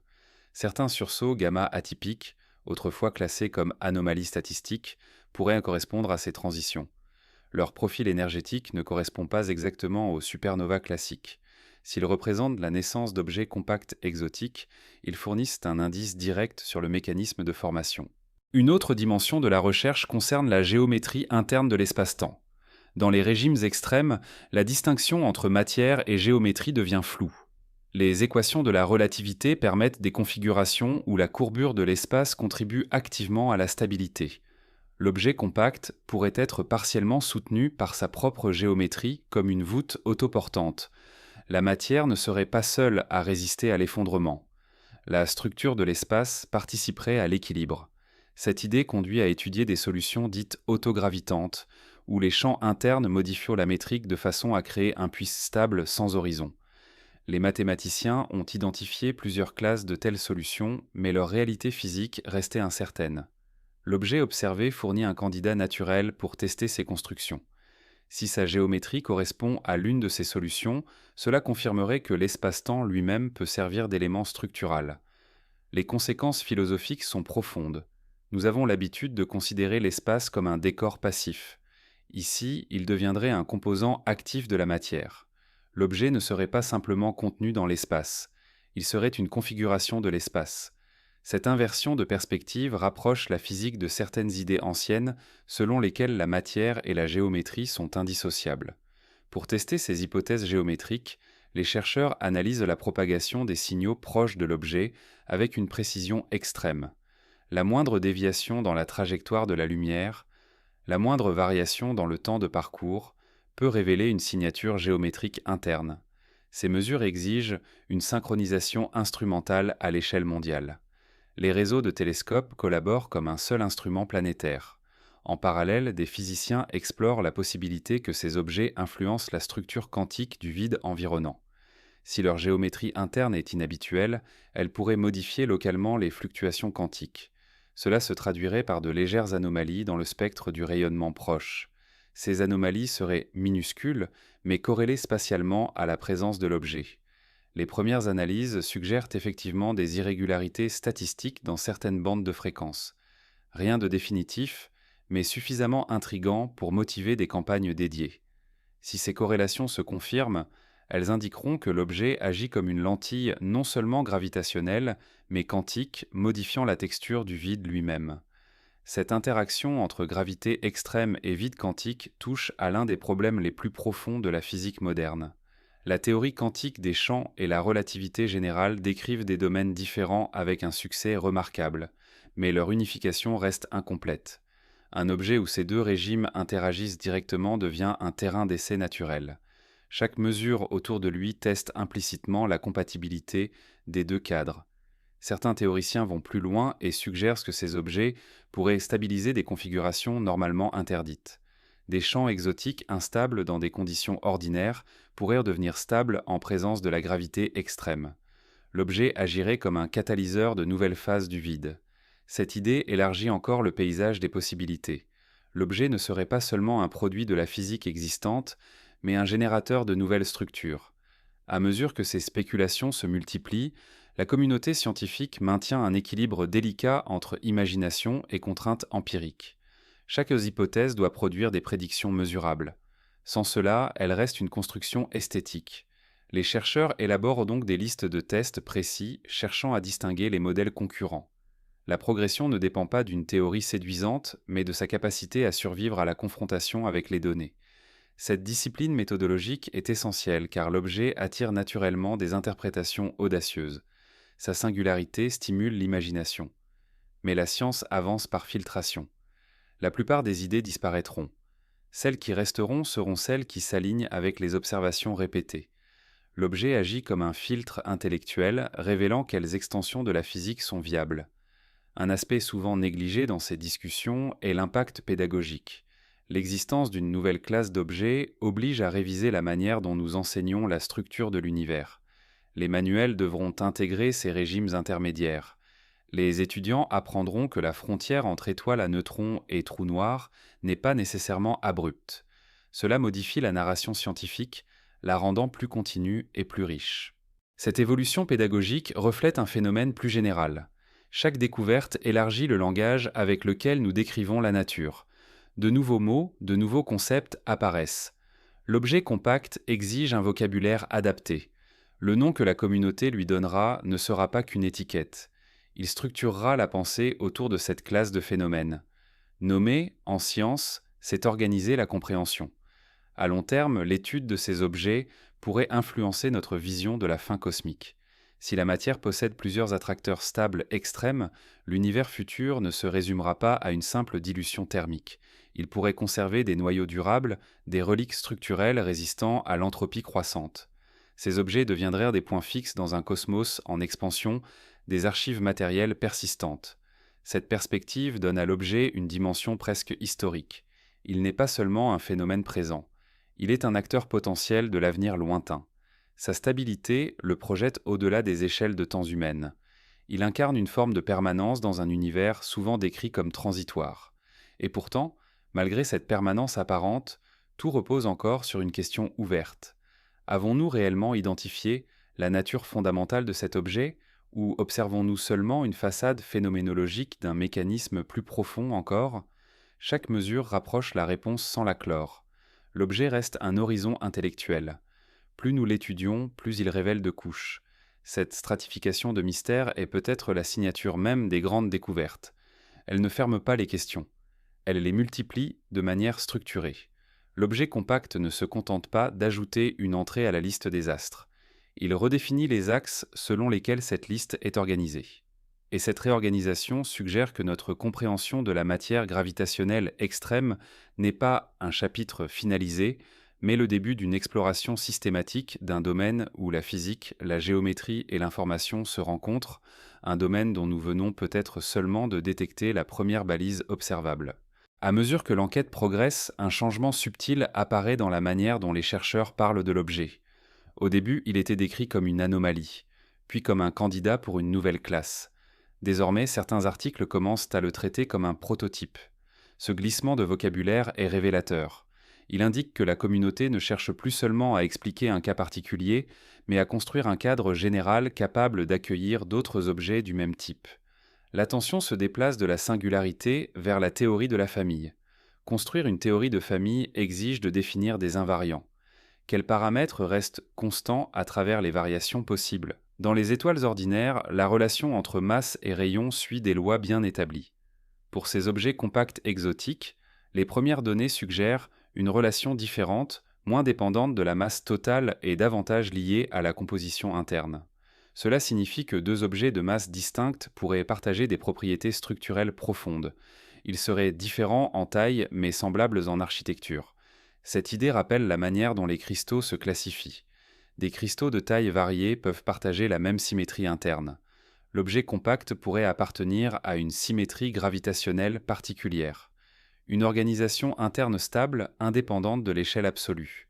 Si cette symétrie existe, elle deviendra la clé de la classification future.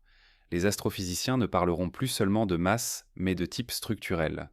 Pour identifier cette symétrie, les chercheurs examinent la réponse de l'objet aux perturbations.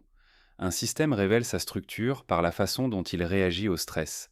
Les oscillations naturelles, déjà étudiées, fournissent un premier indice. Mais les chercheurs cherchent aussi des événements externes capables de le perturber légèrement. Le passage d'une onde gravitationnelle intense, par exemple, agit comme un test mécanique cosmique. La déformation mesurée dépend directement de la rigidité interne. Les premiers résultats suggèrent une élasticité étonnamment élevée. L'objet se déforme moins qu'une étoile à neutrons équivalente. Cela implique une cohésion interne supérieure, compatible avec l'idée d'une phase collective rigide. Les modèles théoriques tentent de relier cette élasticité à des paramètres fondamentaux. Si une constante caractéristique apparaît, elle pourrait servir de signature universelle pour cette classe d'objets. Une autre stratégie consiste à étudier la thermodynamique de surface. Même dans le vide spatial, un objet massif échange de l'énergie avec son environnement par rayonnement. La distribution spectrale de ce rayonnement dépend de la structure externe. Les mesures indiquent une émission remarquablement uniforme, presque idéale. Cette uniformité suggère une surface effective sans turbulence majeure. Contrairement aux étoiles ordinaires, où la convection produit des irrégularités, ici la surface semble régie par un mécanisme plus ordonné. Cette observation renforce l'idée d'un état collectif stabilisé. La surface n'est pas un plasma chaotique, mais une interface contrôlée par la cohérence interne. Certains physiciens comparent ce comportement à celui des superfluides, où la viscosité disparaît et le mouvement devient parfaitement organisé. Transposée à l'échelle cosmique, cette analogie suggère que l'objet pourrait contenir une phase superfluide de matière dense. Si cette hypothèse est correcte, elle expliquerait plusieurs propriétés simultanément. La rotation stable, l'absence de dissipation rapide, la surface régulière. Les superfluides possèdent des vortex quantifiés qui transportent le moment angulaire de manière discrète. Les oscillations internes de l'objet pourraient correspondre à un réseau de tels vortex. L'astrophysique rejoindrait alors la physique quantique des fluides dans un contexte inattendu. Les chercheurs explorent cette piste en cherchant des signatures de quantification dans la rotation. De minuscules variations périodiques pourraient indiquer des transitions entre états vortex. Les données actuelles sont ambiguës, mais certaines séries temporelles montrent des motifs répétitifs difficiles à expliquer par un modèle purement classique. Si ces motifs se confirment, ils constitueraient une preuve indirecte de superfluidité cosmique. La présence d'une phase superfluide interne aurait aussi des implications sur la dissipation thermique. Un superfluide transporte la chaleur de manière extrêmement efficace. Cela pourrait expliquer l'équilibre thermique stable observé. L'énergie interne se redistribuerait instantanément, empêchant la formation de gradients importants. L'objet maintiendrait une température quasi uniforme malgré les perturbations externes. Cette efficacité thermique renvoie à une question plus large sur l'entropie interne. Un système hautement organisé peut conserver une entropie relativement basse tout en restant stable. L'objet compact pourrait représenter une configuration où l'ordre collectif compense la tendance naturelle au désordre. Cela ne viole pas la thermodynamique globale. L'entropie totale de l'univers continue d'augmenter. Mais localement, des poches d'ordre extrême peuvent persister. Les cosmologistes s'intéressent à ces poches d'ordre car elles modifient la manière dont l'univers distribue l'information. Un objet stable et organisé agit comme un réservoir d'informations à long terme. Il conserve des corrélations internes sur des échelles de temps immenses. Dans un univers dominé par la dilution, de tels réservoirs deviennent précieux pour comprendre la mémoire cosmique. Cette notion de mémoire conduit certains chercheurs à envisager l'objet comme un enregistreur naturel. Les interactions passées pourraient laisser des traces durables dans sa structure interne. Des collisions mineures, des variations de champ, des flux de particules pourraient modifier subtilement son état collectif. Lire ces modifications reviendrait à reconstruire une histoire environnementale. L'objet deviendrait un témoin passif de son voisinage cosmique. Pour tester cette idée, les physiciens examinent la possibilité de défauts internes. Dans les matériaux ordinaires, les défauts cristallins conservent la mémoire des contraintes subies.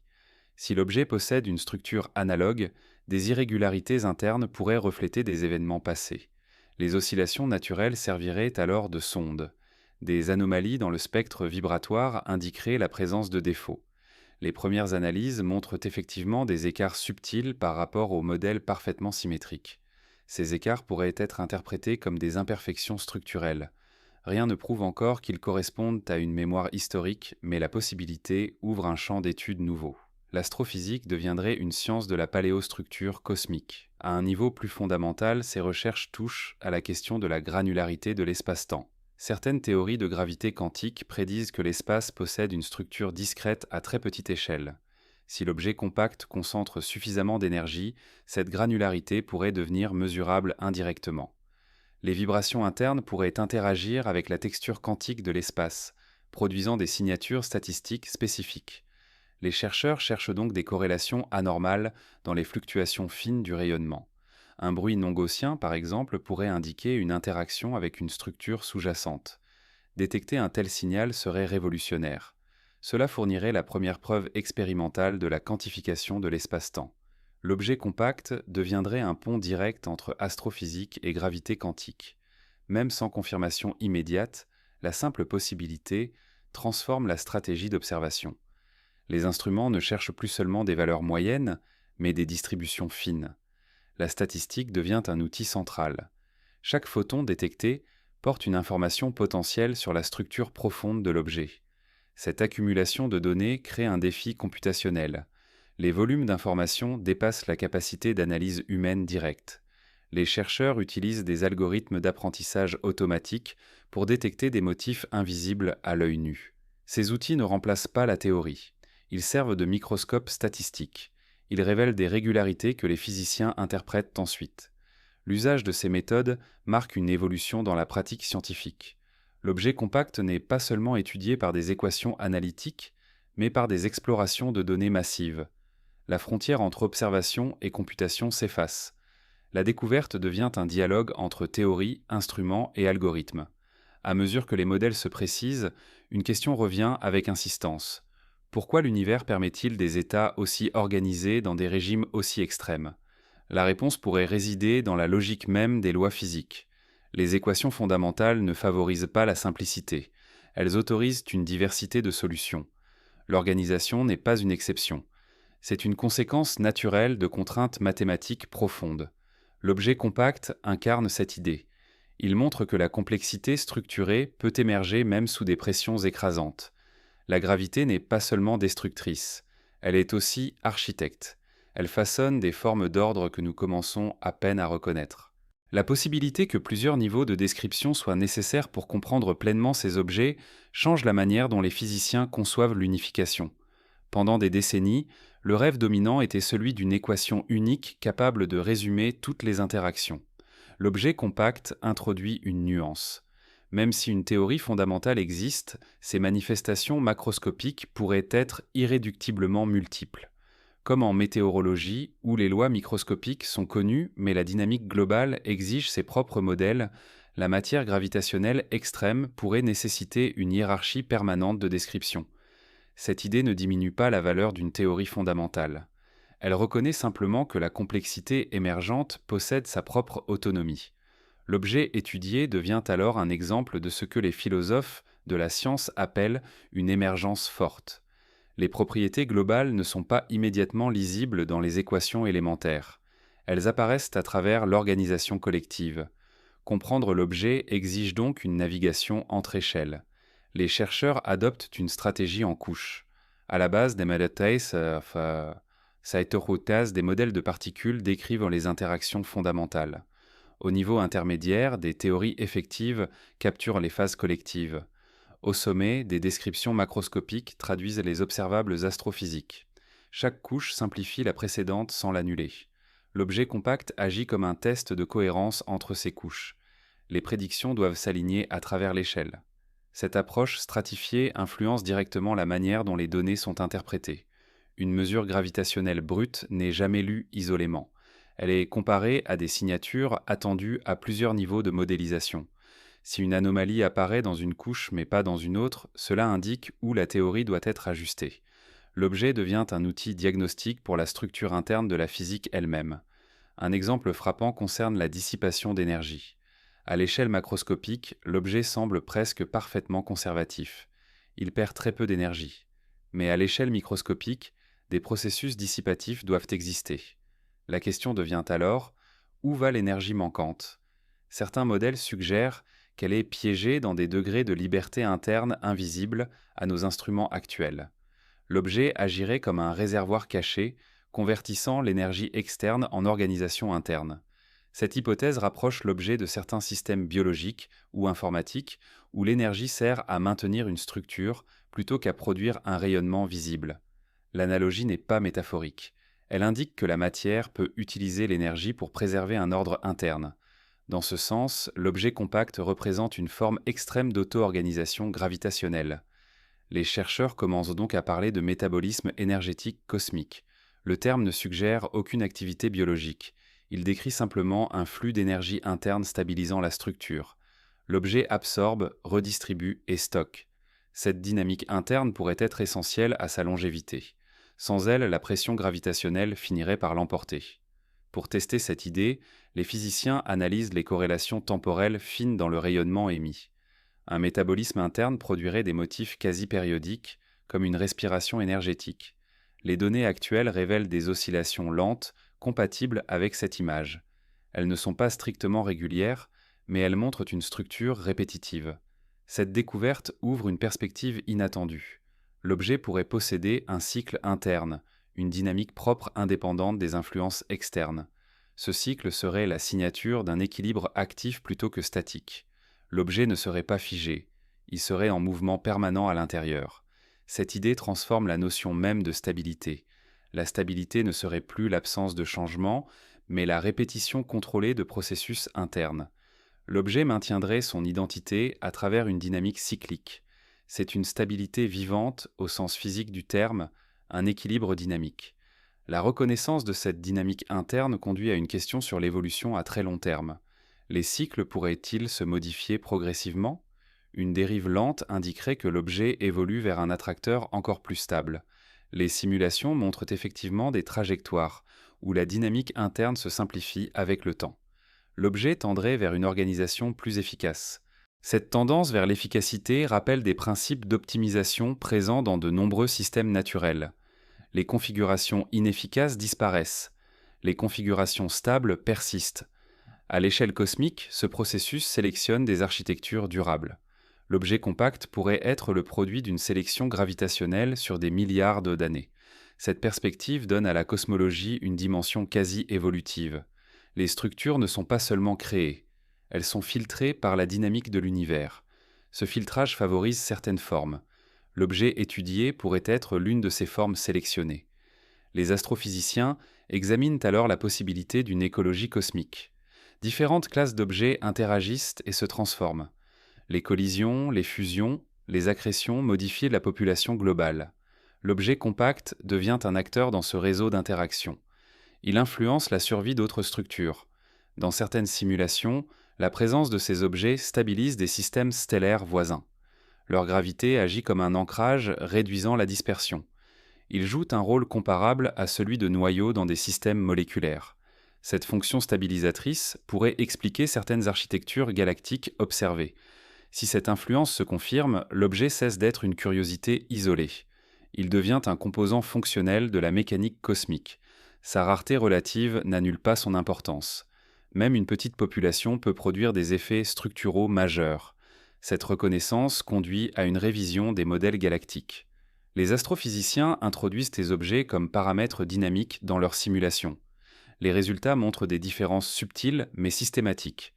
Les galaxies simulées deviennent plus cohérentes, moins chaotiques. L'objet agit comme un régulateur gravitationnel. Un autre domaine touché par cette recherche est la propagation des ondes gravitationnelles à grande échelle. Si ces objets sont nombreux, ils forment un milieu granulaire. Les ondes traversant ce milieu subissent une diffusion légère. Cela modifie leur spectre statistique. Les détecteurs futurs pourraient mesurer cette texture. Détecter une telle diffusion fournirait une preuve indirecte de la population globale. Ce serait l'équivalent gravitationnel de la diffusion de la lumière dans un brouillard. L'univers ne serait pas un vide homogène, mais un tissu ponctué de noyaux compacts. Cette image change la perception intuitive du cosmos. Au lieu d'un espace lisse dominé par quelques grandes structures, nous obtenons un paysage granulaire riche. L'objet compact devient l'unité de grain d'une texture cosmique plus fine. À mesure que cette texture se révèle, la question de l'origine ultime revient avec force. Pourquoi l'univers possède-t-il les constantes nécessaires pour permettre ces états? De légères variations des paramètres fondamentaux pourraient interdire leur existence.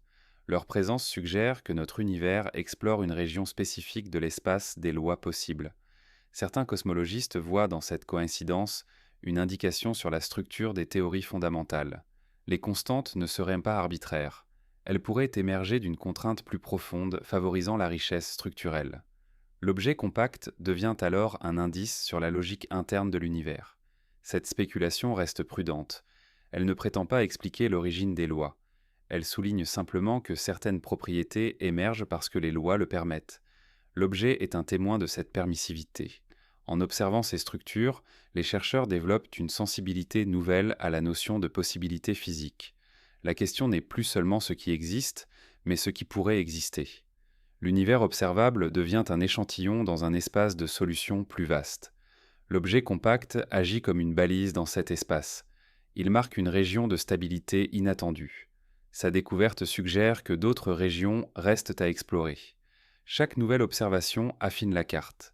Cette cartographie conceptuelle influence la manière dont les physiciens pensent l'avenir de leur discipline.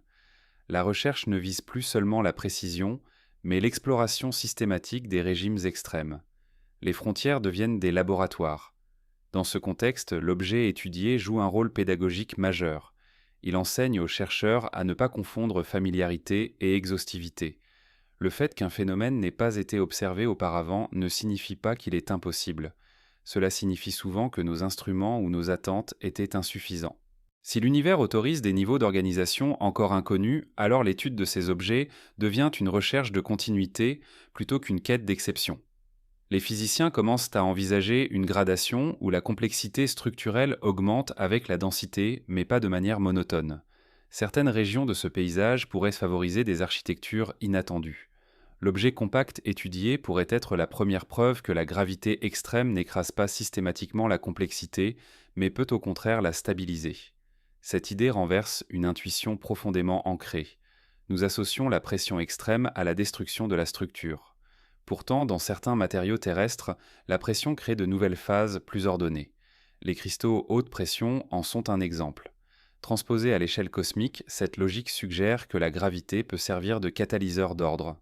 L'objet compact serait un cristal gravitationnel, une architecture émergente sous contrainte maximale.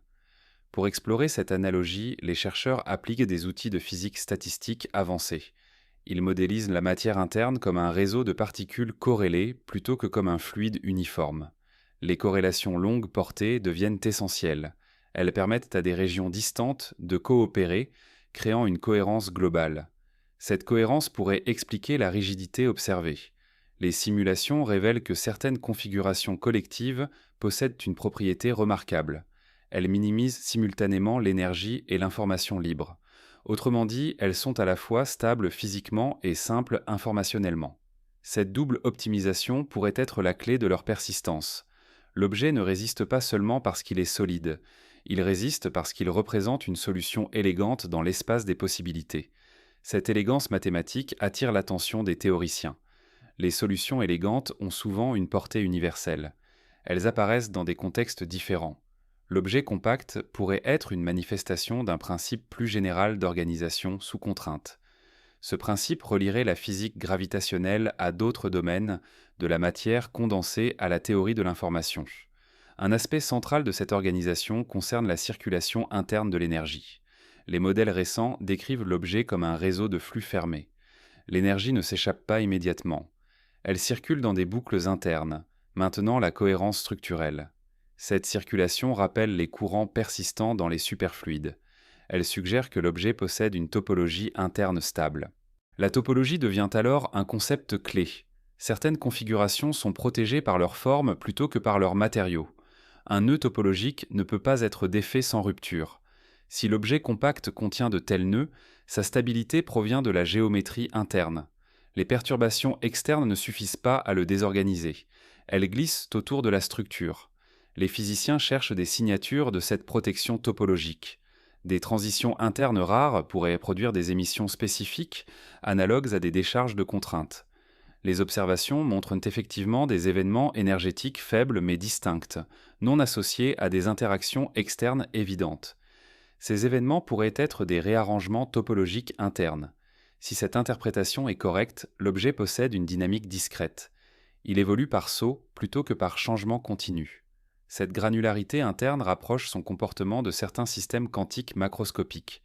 L'objet devient un exemple extrême de quantification à grande échelle. Cette quantification pourrait avoir une conséquence mesurable sur la relation entre masse et rayon. Au lieu d'une courbe continue, la classe d'objets pourrait présenter des paliers préférentiels. Certaines tailles seraient plus stables que d'autres. Les premières statistiques suggèrent effectivement une concentration autour de valeurs spécifiques. Ce motif rappelle les niveaux d'énergie dans les systèmes quantiques. Les chercheurs interprètent ces paliers comme des états permis par la topologie interne. Chaque palier correspondrait à un nombre entier de structures élémentaires imbriquées. L'objet serait composé d'unités fondamentales répétées, comme un cristal géant. Cette idée donne une image modulaire de la matière dense. Une structure modulaire implique une robustesse particulière. Les défauts locaux ne détruisent pas l'ensemble. Ils sont absorbés par le réseau. Cela explique pourquoi l'objet peut subir des interactions prolongées sans s'effondrer. Sa résilience n'est pas accidentelle. Elle est inscrite dans son architecture. Cette résilience soulève une question sur la limite supérieure de complexité. Un réseau modulaire peut-il croître indéfiniment, ou existe-t-il une saturation où la structure devient instable? Les simulations suggèrent une limite critique. Au-delà d'une certaine taille, la cohérence globale se fragilise. L'objet doit se réorganiser ou se fragmenter. Cette limite pourrait expliquer pourquoi nous n'observons pas d'objets infiniment massifs de cette classe. La nature impose une borne structurelle. Elle agit comme un régulateur. L'univers autorise la complexité, mais dans un intervalle précis. Comprendre cette borne aide à définir la place de l'objet dans la hiérarchie cosmique. Il n'est ni une étape transitoire vers le trou noir, ni une alternative illimitée. Il occupe une niche stable, délimitée par des contraintes topologiques. Cette niche est une région d'équilibre dans le paysage gravitationnel. Les cosmologistes s'intéressent alors à la distribution statistique de ces niches. Combien d'objets peuvent coexister sans perturber l'équilibre global de l'univers?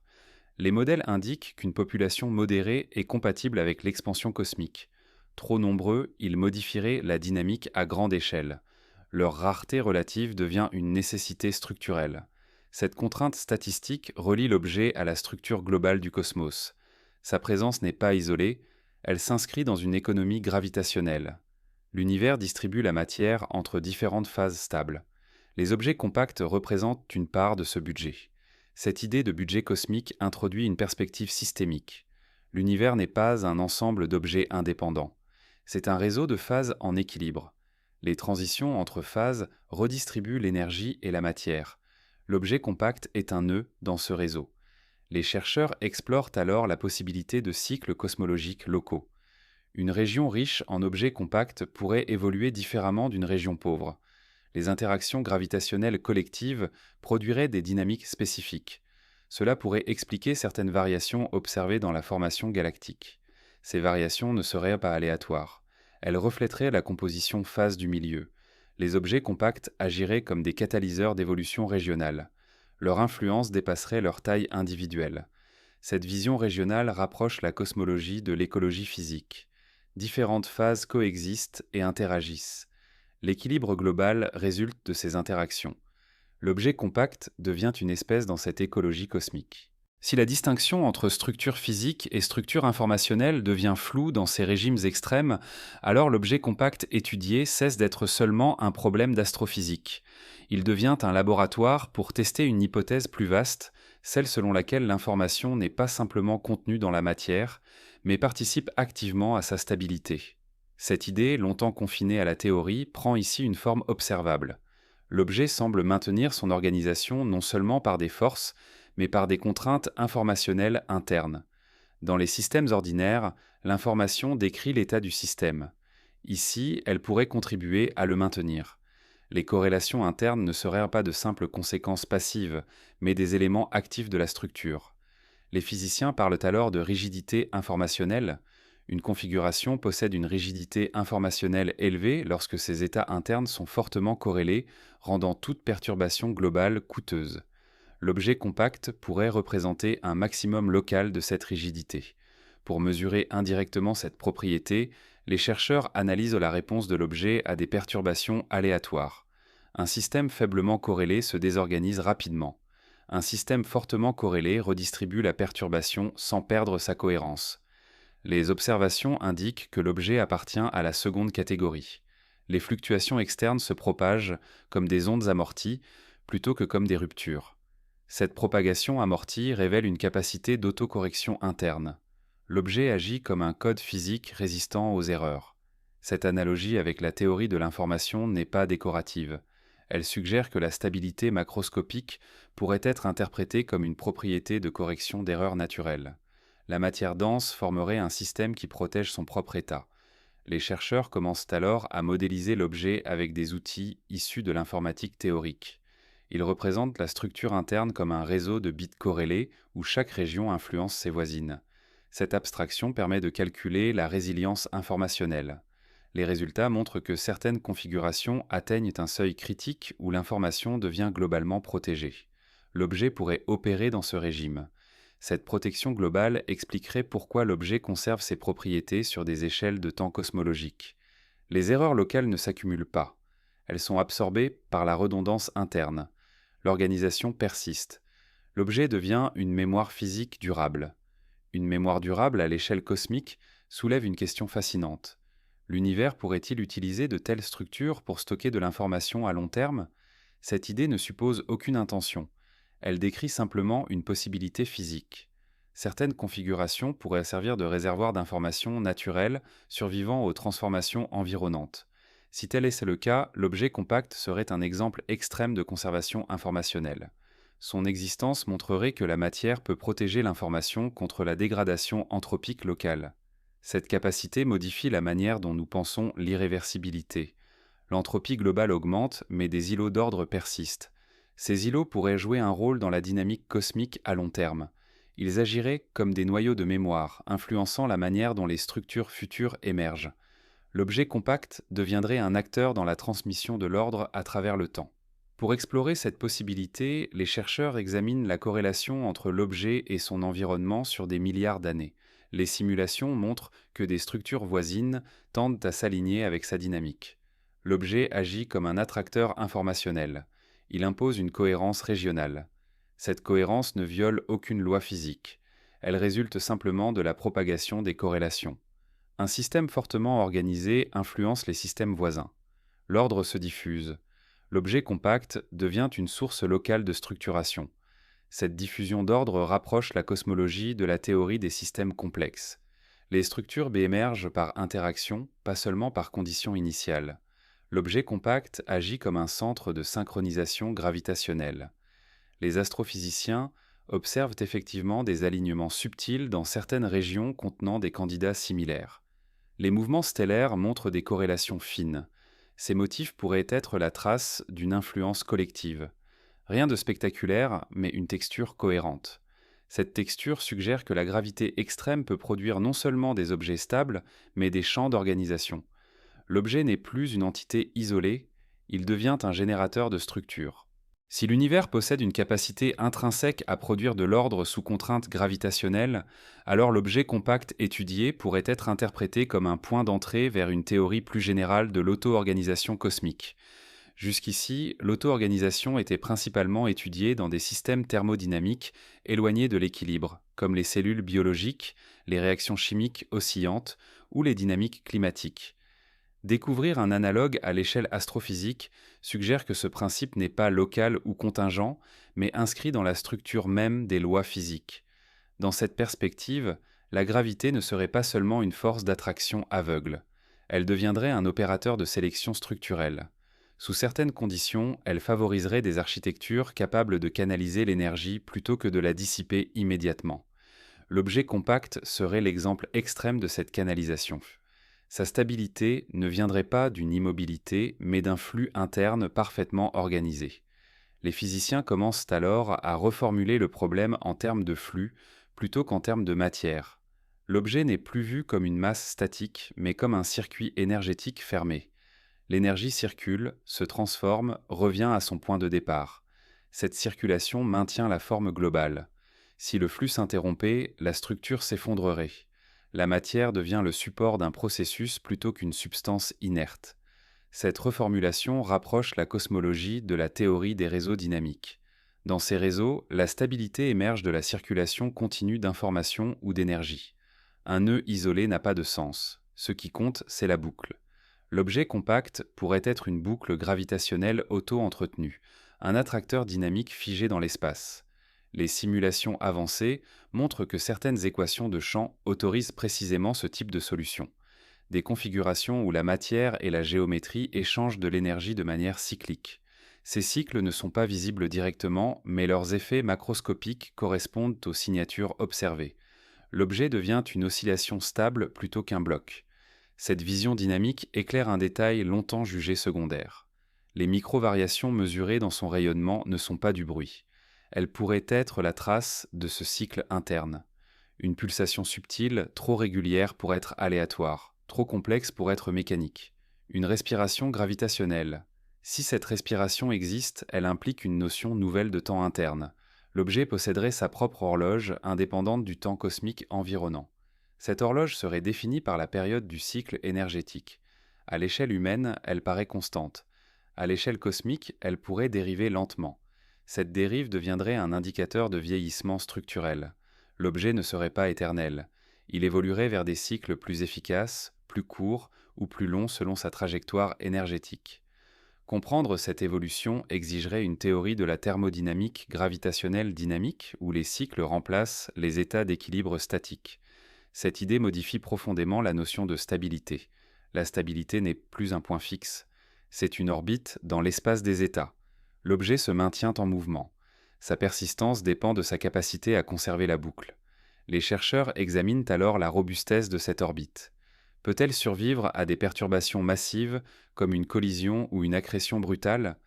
Les simulations montrent des scénarios surprenants. Dans certains cas, la boucle se reconfigure sans se rompre. L'objet absorbe l'événement et trouve un nouveau cycle. Il change d'état sans perdre son identité. Ce comportement rappelle certains systèmes auto-organisés critiques, où des avalanches internes redistribuent l'énergie sans détruire la structure globale. L'objet compact pourrait opérer près d'un seuil critique permanent. Trop loin du seuil, il se rigidifie et devient fragile. Trop près, il se dissout. Son existence exige un réglage précis. Ce réglage précis renvoie à une question cosmologique profonde. Pourquoi l'univers produit-il des conditions permettant ce seuil? La réponse pourrait résider dans la dynamique globale de l'expansion. L'univers crée continuellement des gradients d'énergie. Certains régimes exploitent ces gradients pour stabiliser des structures. L'objet compact serait un convertisseur cosmique. Il transformerait l'énergie gravitationnelle brute en organisation durable. Il agirait comme un dissipateur contrôlé, ralentissant localement la montée de l'entropie. Cette fonction dissipative organisée rapproche l'objet de la notion de structure dissipative en thermodynamique. Ces structures existent parce qu'elles dissipent l'énergie plus efficacement que leur environnement. L'objet compact pourrait être la version gravitationnelle ultime de ce principe. Si cette interprétation est correcte, alors sa rareté n'est pas un accident. Elle reflète la difficulté d'atteindre le régime où la dissipation devient organisation. Peu de systèmes franchissent ce seuil. Ceux qui y parviennent persistent. Cette persistance a une conséquence sur la flèche du temps local. Dans la région immédiate de l'objet, l'évolution pourrait être ralentie. Les processus deviennent plus prévisibles, plus réguliers. L'objet agit comme un stabilisateur temporel. Des mesures fines suggèrent effectivement une réduction des fluctuations dans son voisinage. Les trajectoires stellaires proches montrent moins de chaos que prévu. Ce n'est pas une suspension du temps, mais une réduction du bruit dynamique. Cette réduction du bruit est cohérente avec l'idée d'un attracteur fort. L'objet impose une cohérence régionale. Il synchronise partiellement les dynamiques voisines. La gravité devient un agent d'ordre. À mesure que cette image se précise, les chercheurs commencent à parler d'ingénierie naturelle de la complexité. L'univers ne conçoit rien intentionnellement, mais certaines configurations fonctionnent comme si elles avaient été optimisées. L'objet compact incarne cette optimisation émergente. Cette optimisation ne concerne pas un but, mais une contrainte. La contrainte gravitationnelle sélectionne des formes capables de gérer l'énergie. Les formes inefficaces disparaissent. Les formes efficaces persistent. Ce processus de sélection rappelle des mécanismes évolutifs sans biologie. La matière explore un espace de configuration. La gravité agit comme filtre. L'objet compact est un survivant statistique. Cette analogie évolutive reste métaphorique, mais elle aide à comprendre la dynamique globale. L'univers n'est pas un catalogue figé, c'est un processus d'exploration structurelle. Chaque époque cosmique favorise certaines phases. L'objet étudié pourrait être caractéristique d'une période spécifique de l'histoire cosmique. Sa formation pourrait dépendre de conditions qui ne se reproduisent plus. Il deviendrait alors une relique, un fossile dynamique. Les cosmologistes cherchent des indices temporels. Si ces objets sont plus fréquents dans les régions anciennes, cela soutiendrait l'hypothèse fossile. Les premières données suggèrent une légère corrélation avec l'âge galactique. Rien de définitif, mais une tendance intrigante. Cette tendance ouvre la possibilité d'une archéologie gravitationnelle. Les objets compacts deviendraient des marqueurs d'époque. Leur distribution révélerait la chronologie des régimes extrêmes. Étudier ces marqueurs permettrait de reconstruire l'évolution des conditions cosmiques. L'objet deviendrait un outil historique. Sa présence indiquerait qu'un seuil énergétique a été franchi. Cette capacité à enregistrer l'histoire cosmique renforce l'idée que ces structures sont plus que des anomalies. Elles sont des archives vivantes, car elles continuent d'évoluer. À ce stade, la recherche franchit une frontière conceptuelle. L'objet compact cesse d'être seulement un objet. Il devient une catégorie de processus, une manière pour la matière d'exister sous contrainte. Cette catégorie pourrait inclure d'autres variantes encore inconnues. L'objet observé serait le premier membre identifié. D'autres phases pourraient exister à des densités légèrement différentes. Les physiciens cherchent alors des signatures intermédiaires, des objets partiellement stabilisés oscillant entre phases. Ces candidats sont difficiles à distinguer du bruit, mais certains relevés montrent des comportements ambigus. Si ces comportements correspondent à des transitions, alors nous observons non seulement des états, mais des trajectoires. La matière gravitationnelle serait un continuum dynamique. Cette continuité renforce l'idée d'un paysage riche. Les trous noirs ne seraient qu'un extrême parmi d'autres. L'objet compact occuperait une région voisine mais distincte. Comprendre la topologie de ce paysage devient un objectif central. Les chercheurs veulent savoir si les phases sont reliées par des chemins continus ou séparées par des barrières absolues. Si la gravité possède réellement cette capacité fondamentale à organiser la matière plutôt qu'à la disperser systématiquement, alors nous devons réexaminer l'un des récits les plus anciens de la cosmologie moderne. Nous décrivons souvent l'univers comme une histoire de dilution progressive, un glissement inévitable vers l'homogénéité thermique. Pourtant, l'existence d'îlots de persistance structurelle suggère une narration plus nuancée. L'univers ne se contente pas de se refroidir, il fabrique continuellement des enclaves d'ordre local. L'objet compact étudié pourrait être l'une des formes les plus extrêmes de cette enclave. Pour comprendre cette coexistence entre dilution globale et organisation locale, les physiciens utilisent la notion de gradient. L'univers en expansion génère des différences d'énergie, de densité, de courbure. Ces gradients alimentent la formation de structures. Tant qu'ils existent, la complexité reste possible. L'objet compact serait une machine à exploiter ces gradients jusqu'à leur limite maximale. Il transformerait une chute gravitationnelle brute en stabilité organisée. Cette transformation ressemble à un moteur thermodynamique. Un moteur fonctionne parce qu'il exploite une différence de potentiel. Ici, la différence est gravitationnelle. L'objet convertit la chute vers l'effondrement en cycle interne. Il ne bloque pas la gravité, il la canalise. Cette canalisation exige une architecture interne précise. Les simulations montrent que seule une plage étroite de paramètres permet ce fonctionnement. Trop de rigidité conduit à la fracture. Trop de fluidité mène à la dissipation. L'objet opère dans une zone critique. C'est cette zone qui lui confère sa longévité. La zone critique n'est pas un point fixe. Elle dépend de l'environnement cosmique. À mesure que l'univers évolue, les gradients changent. L'objet doit s'adapter. Les chercheurs commencent à étudier cette adaptation lente. Les données suggèrent une dérive minuscule mais cohérente dans certains paramètres mesurés.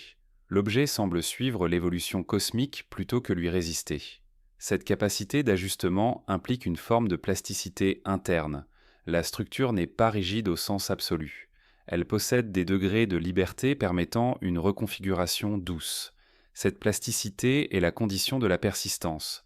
Un système incapable d'adaptation finit par se briser. La plasticité gravitationnelle devient alors un concept clé. Elle décrit la capacité d'une structure extrême à modifier sa géométrie interne sans perdre son identité. L'objet compact pourrait être le premier exemple mesurable de cette propriété. Pour tester cette idée, les astrophysiciens examinent des séries temporelles très longues. Ils recherchent des corrélations entre l'évolution de l'objet et les changements de son environnement galactique. Les premiers résultats montrent des ajustements subtils dans sa rotation et son rayonnement. Rien de dramatique, mais une cohérence statistique. Ces ajustements suggèrent que l'objet n'est pas isolé, il participe à la dynamique environnante. Sa stabilité inclut une capacité d'échange avec le milieu. L'équilibre est relationnel. Cette relation rappelle les systèmes ouverts en thermodynamique. Un système ouvert maintient son ordre en échangeant de l'énergie avec son environnement. L'objet compact serait un système ouvert gravitationnellement, même s'il paraît fermé matériellement. Cette ouverture explique pourquoi il ne s'épuise pas. Il puise continuellement dans le gradient cosmique. Tant que le gradient existe, la structure peut persister. L'univers devient sa source d'entretien. Cette dépendance renforce l'idée que la complexité cosmique est liée à l'expansion elle-même.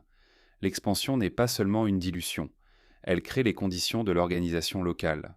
L'objet compact est un produit de cette tension. Les cosmologistes commencent à modéliser cette tension comme une compétition entre entropie globale et ordre local. Les deux processus coexistent. L'un ne supprime pas l'autre, ils s'équilibrent dynamiquement. Dans ce cadre, l'objet étudié représente un point d'équilibre extrême. Il maximise l'ordre local sans violer la tendance globale. Il incarne la frontière entre organisation et dissipation. Cette frontière pourrait être un lieu privilégié pour l'émergence de nouvelles phases. Les systèmes critiques sont souvent des foyers de transition. L'objet compact pourrait être un incubateur cosmique.